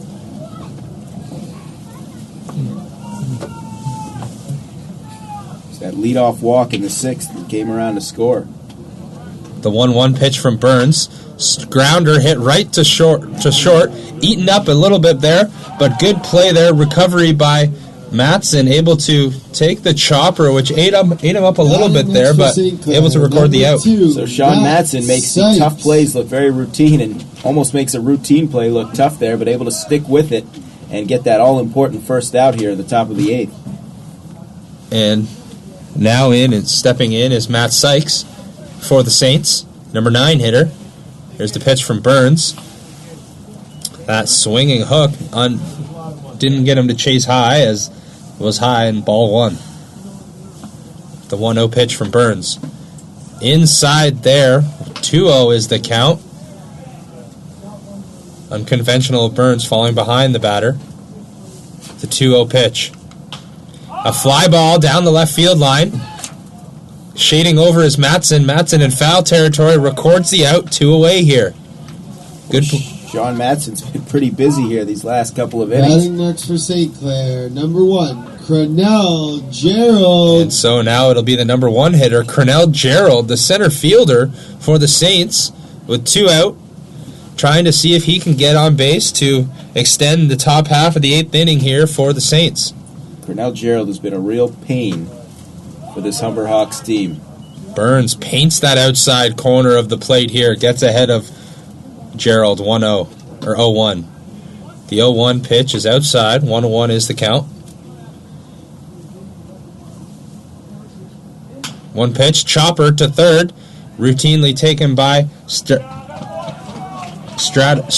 and there go and Burns retires 1-2-3 in the top half of the 8th inning. And so it'll be the Hawks in the bottom half of the 8th inning with a chance here to walk it off in the extras. Oh, another chance for a walk-off victory for Humber. They're going to have to find a way to get something going here, as they've been pretty much tied up this whole game.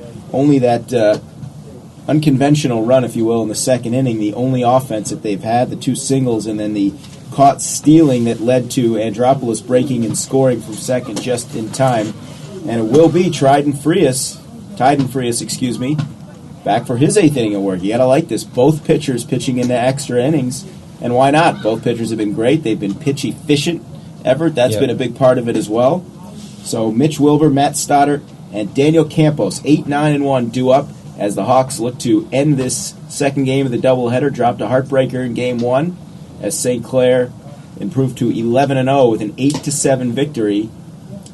And we mentioned St. Clair's winning streak dates back to last season, 21 in a row. Frias, again, one of those pitchers where if you're the Hawks, you know that his payoff pitch, his strikeout pitch, has been that off-speed pitch, but the Hawks have just been unable to hit it. It's one of those things where you know it's coming, but it's a good pitch, so they haven't been able to get it. And certainly Frias has been really sharp with his command. 9 strikeouts in this game thus far, and a lot of times either locking hitters up or getting foolish swings from the Humber Hawks. But the beauty of things, in a 1-1 game, one swing, and this could all be over, and we can all drive home happy. So Mitch Wilbur will get the first shot here. Mitch Wilbur has flied to center and struck out looking in his 2 at-bats. Wilbur did not play in the first game of this doubleheader. Getting the start as the designated hitter, came into today hitting .250 on the season.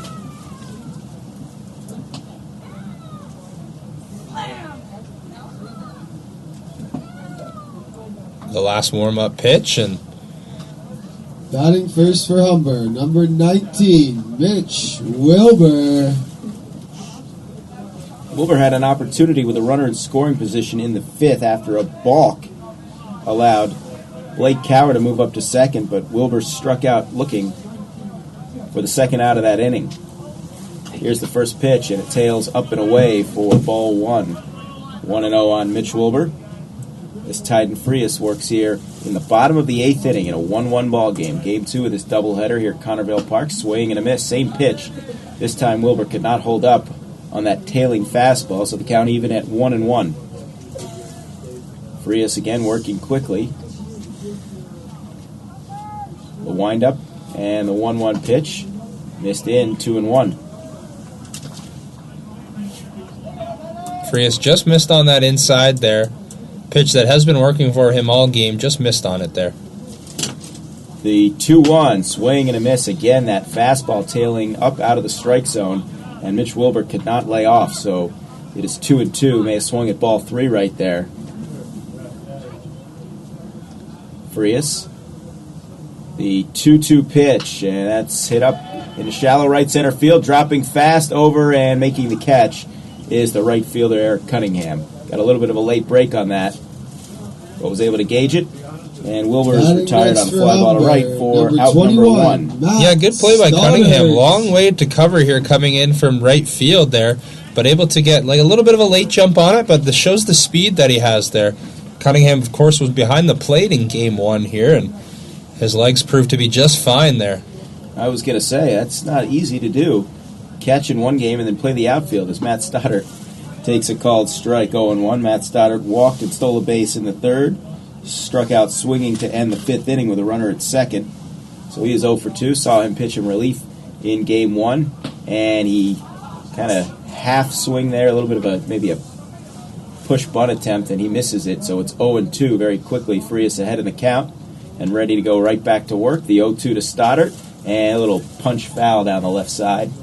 Count will remain 0-2. A little late swing there. Just kind of saw it halfway in, thought it was going to be a called strike, so slashes one off. Here's the 0-2 to Stoddard, and that is a called strike 3. Stoddard knew it. Takes with him the 10th strikeout of the game for Tyden Frias, and 2 up, 2 down here in the bottom of the 8th. Number 4, Daniel Campos. And Daniel Campos will try to keep the inning going here with 2 down. In the 8th, Campos a couple of walks and a strikeout in 3 at-bats today.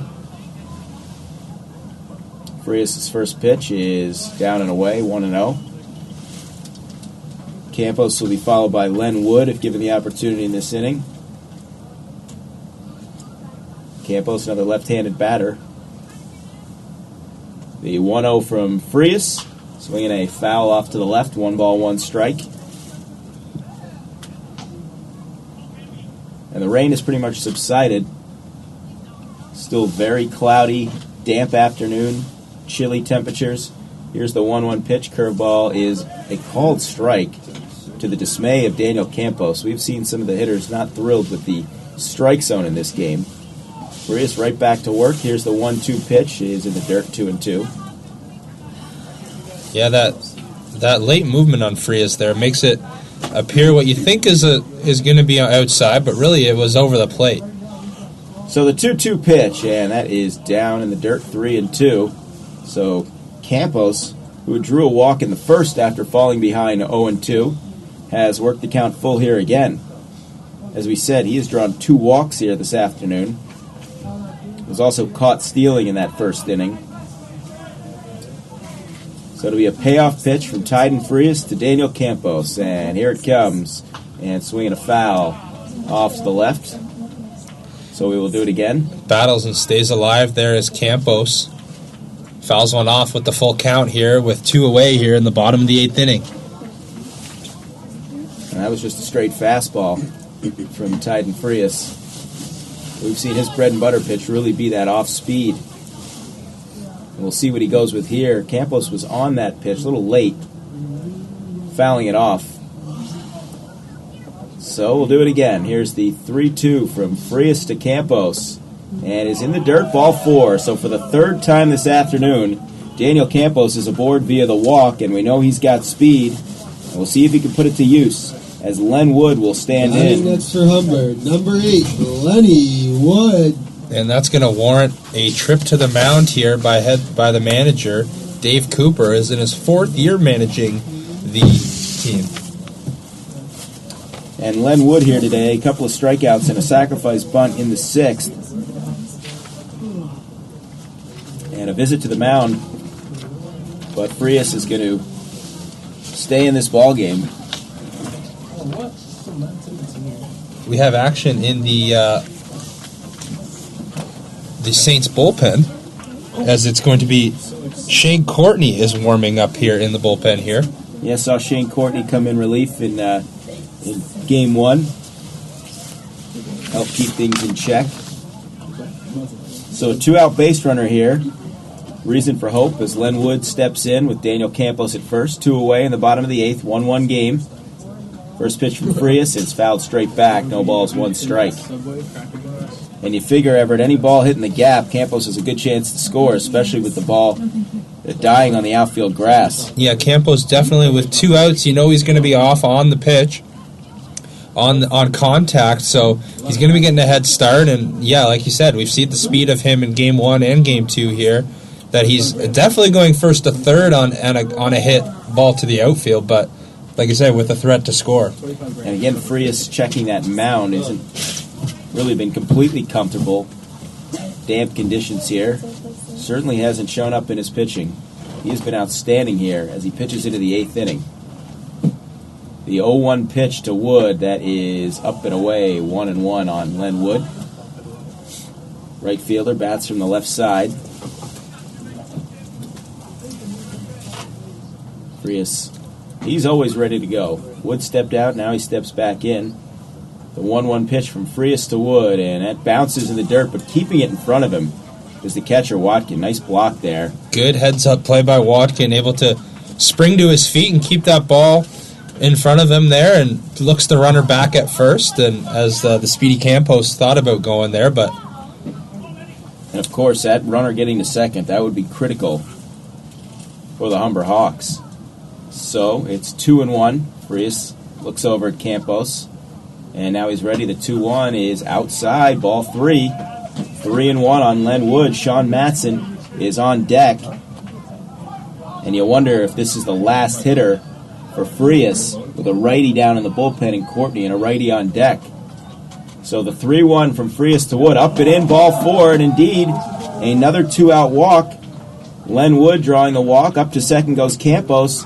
Matson will be the due hitter, but it looks like that's going to be it for Frias. Dave Cooper on his way back to the mound, and we're going to get a pitching change.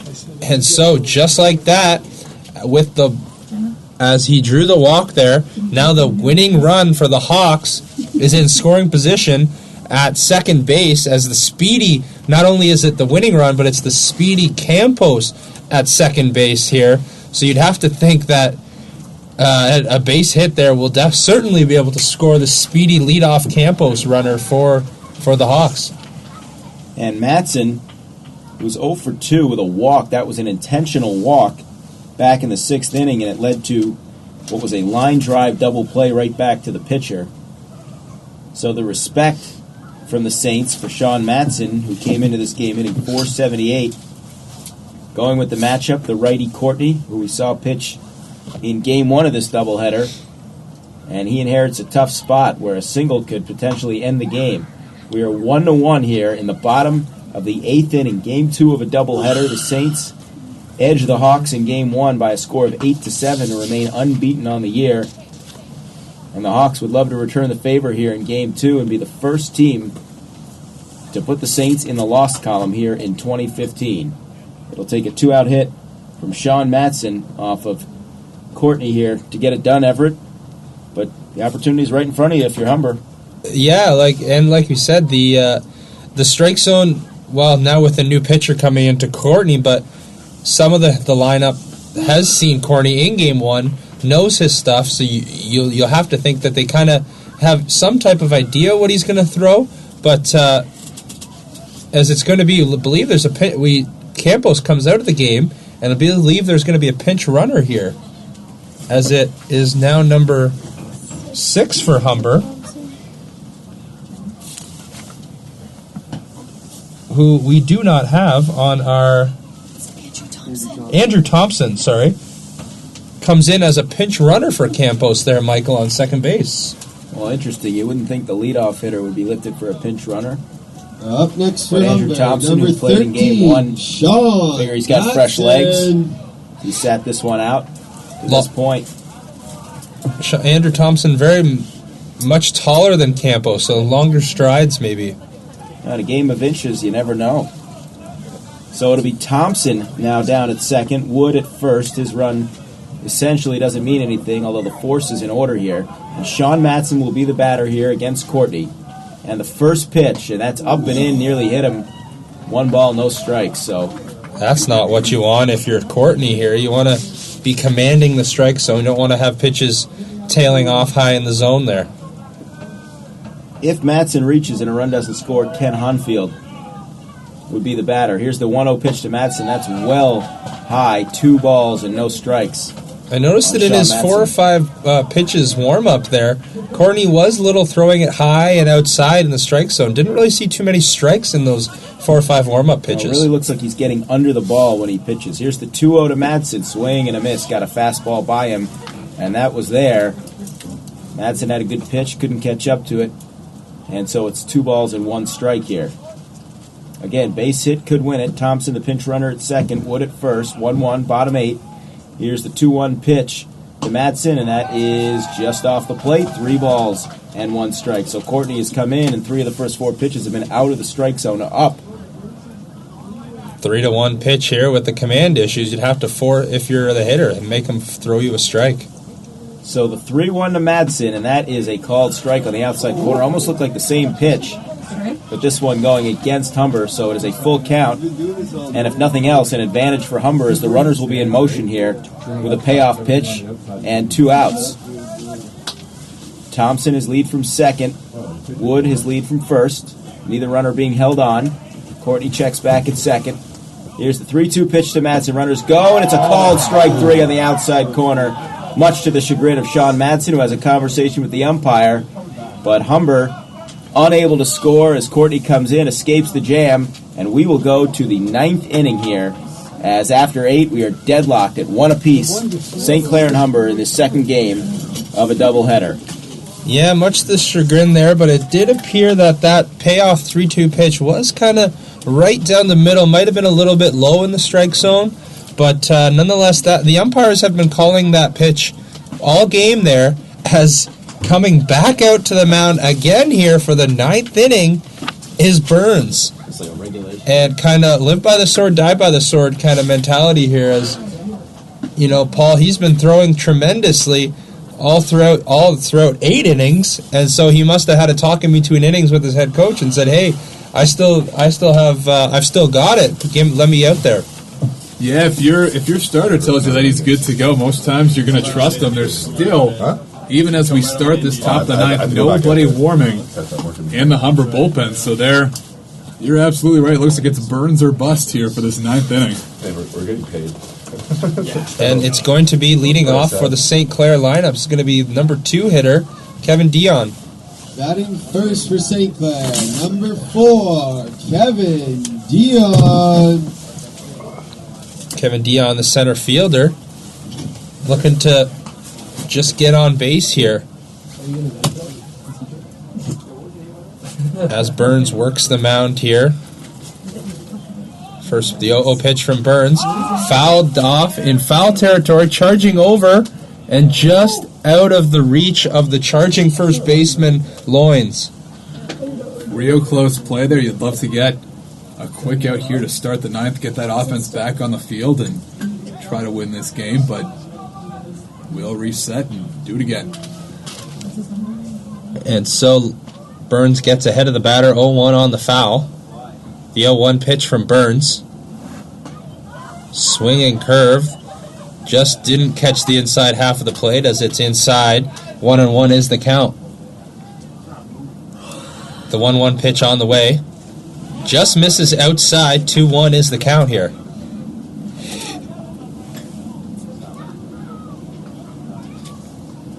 The 2-1 pitch from Burns.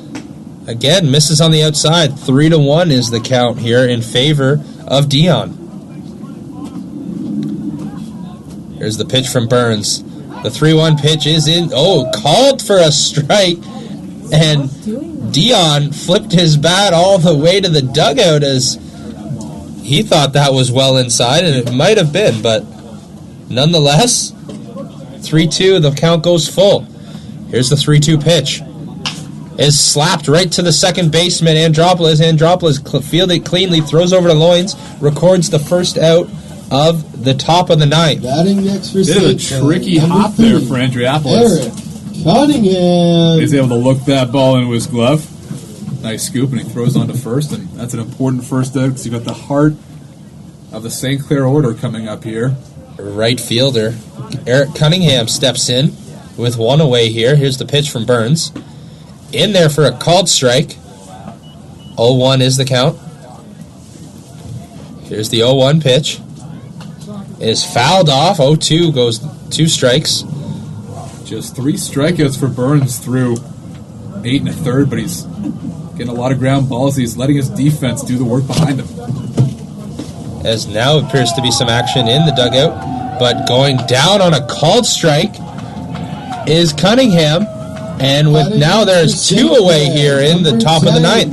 A little bit of animosity here on the benches. Both teams unhappy with the umpiring crew, and Jeffrey Watkin now steps in with 2 away here of the Saints.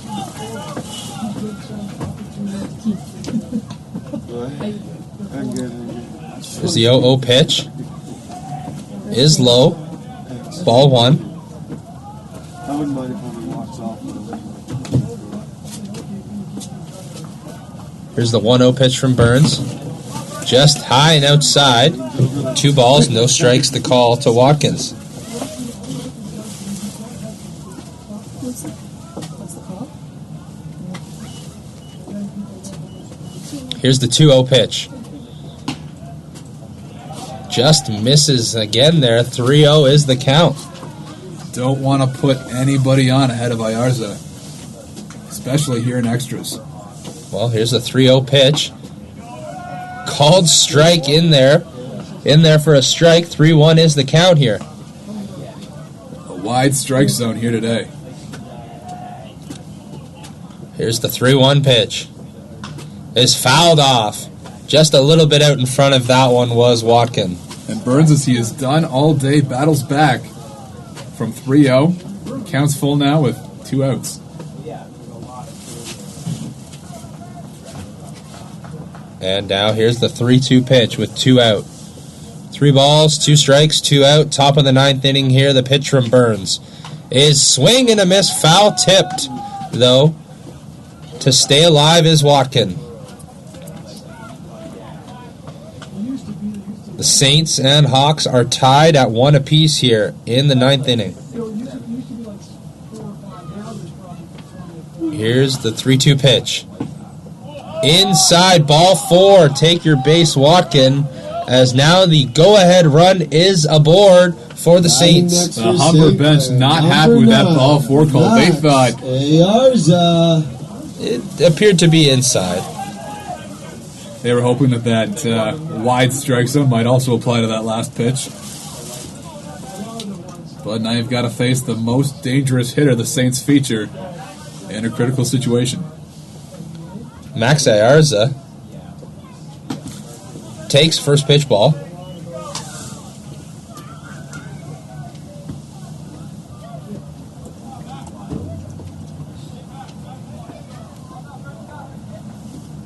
Here's the 1-0 pitch from Burns. The runner going. Hit and run is on. And fielded with the running error, throwing error, as rounding third. And here comes the play at the plate. Unable to field it, and the run will go across as there appears to... Lions is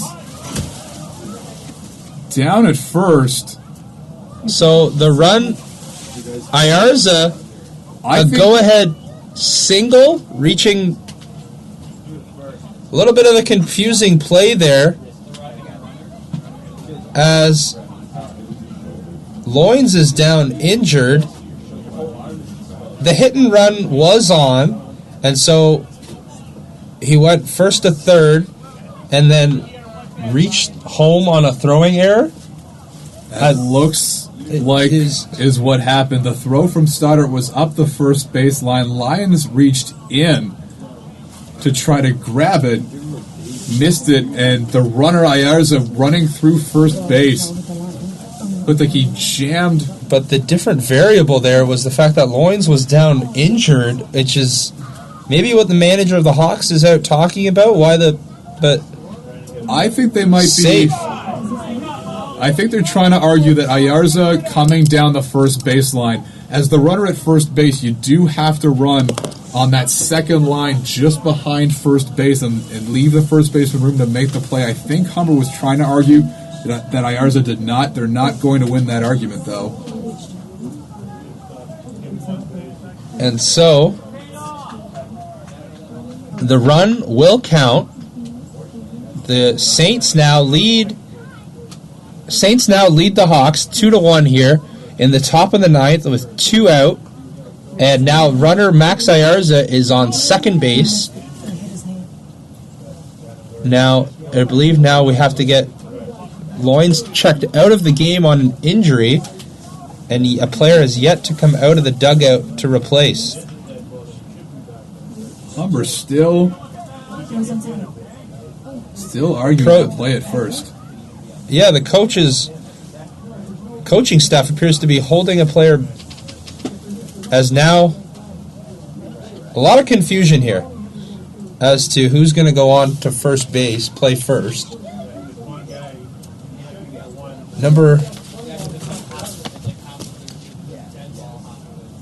Brandon Costa comes out of the dugout and is headed to the outfield, and it is now going to be Len Wood, the right fielder, will now come in and play first base, with Brandon Costa now playing right field. And if you're Humber, you have to forget everything that just happened, get that third and final out, and get ready to go back out there. And so in steps number 19, Roberto Duncan for St. Clair. He takes first pitch strike. Second pitch, hard hit ball down the left field line. Gone back, and that is going to be just foul, as that ball was carrying out to the left field line. But warning track power, but foul. Sliced just foul.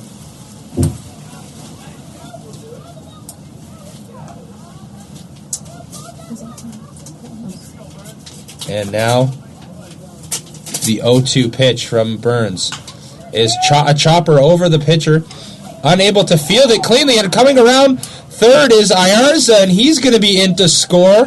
And now the St. Clair Saints have plated 2 across here in the top half of the 9th inning to lead now 3-1. Bit of a bizarre play there. Burns had a shot at it. He jumped just over his glove. And that was what you'd call a seeing eye single right between short and second base. Next for and that is a big insurance run for St. Clair. Matt Bassingway. So Matt Bassingway now comes in. The left-handed hitter takes ball 1. Pitch hitting for the DH, Shane Barker. Swing and a miss.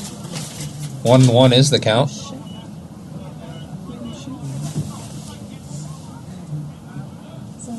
The 1-1 pitch from Burns.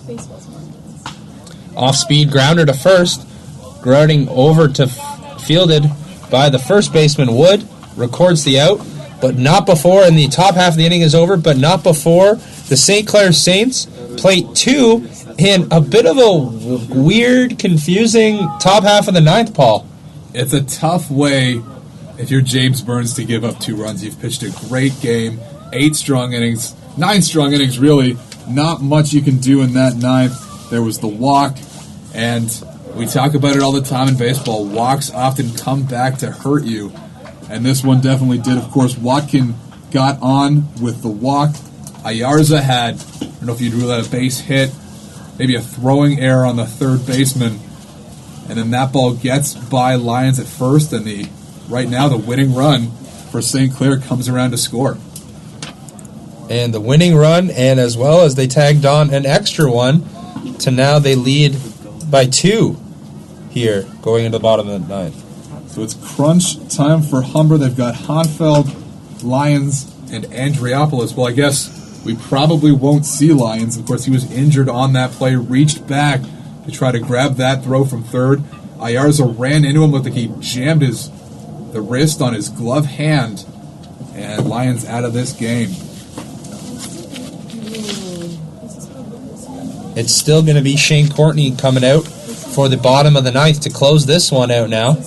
And Everett, you touched on it earlier. Shane Courtney in the first game had a little bit of trouble throwing strikes. You said that in his warm-up today, he looked a little bit erratic. And if you're Humber, I know you're probably charged up. You'd like to get those 2 runs back, but maybe be a little patient here. See if you can't get a couple of runners on for free. Oh, Courtney's ready. First pitch, swinging at a pitch in the dirt. Hanfeld chased that one, its own one. Kind of exactly what we talked about there. Just a case where Hanfeld was a little bit, swing happy there. Here's the 0-1 foul tip. And Hanfeld quickly behind 0-2. Brandon Costa, indeed, is the runner, or rather the batter on deck. He'll hit for Lyons. Courtney into his windup, the 0-2, strike 3 in the dirt. Watkin has to go to first, but he does. It's a strikeout if you're scoring at home. And Humber down to their final 2 outs. Number 11, Brandon Costa. So Brandon Costa will comes into the game here on replacing the injured Lowens, and a chance to chip away and kind of get on base with a chance to kind of try and get back in this game here. Exactly what you have to do. 90 feet anyway right now. And indeed, Costa takes outside and low for ball 1. Here's the 1-0. Swing and a ball up the middle. Second baseman Boutet has it. And he throws on to first. And Humber, after having played St. Clair tough all afternoon, down to their final out. St. Clair Batting next for Humber, on the verge of starting the season 12-0. That would match the record that they set last year for best start to an OCAA season. Yeah, and it's going to be down to the number 9 hitter, or the Andropoulos here. Andropoulos takes strike 1 on the outside corner, 0-1. Regardless of what happens, though, I think Humber has to take away from this. Here's the 0-1. It's outside, 1-1. That they've played the best team in the league to what essentially amounts to a draw. And the 1-1 pitch in there. Big slider. And it's 1-2. Courtney a strike away from putting this one in the books for St. Clair. That one's high and back to the backstop. Counts even at 2-2. Humber lost 8-7 in game 1. Here's the 2-2. There's that slider again. Strike 3, and that's the ball game. So Humber goes down in back-to-back games to the St. Clair Saints, 8-7 in the first one, 3-1 here in extras. Everett, if you're Humber, you can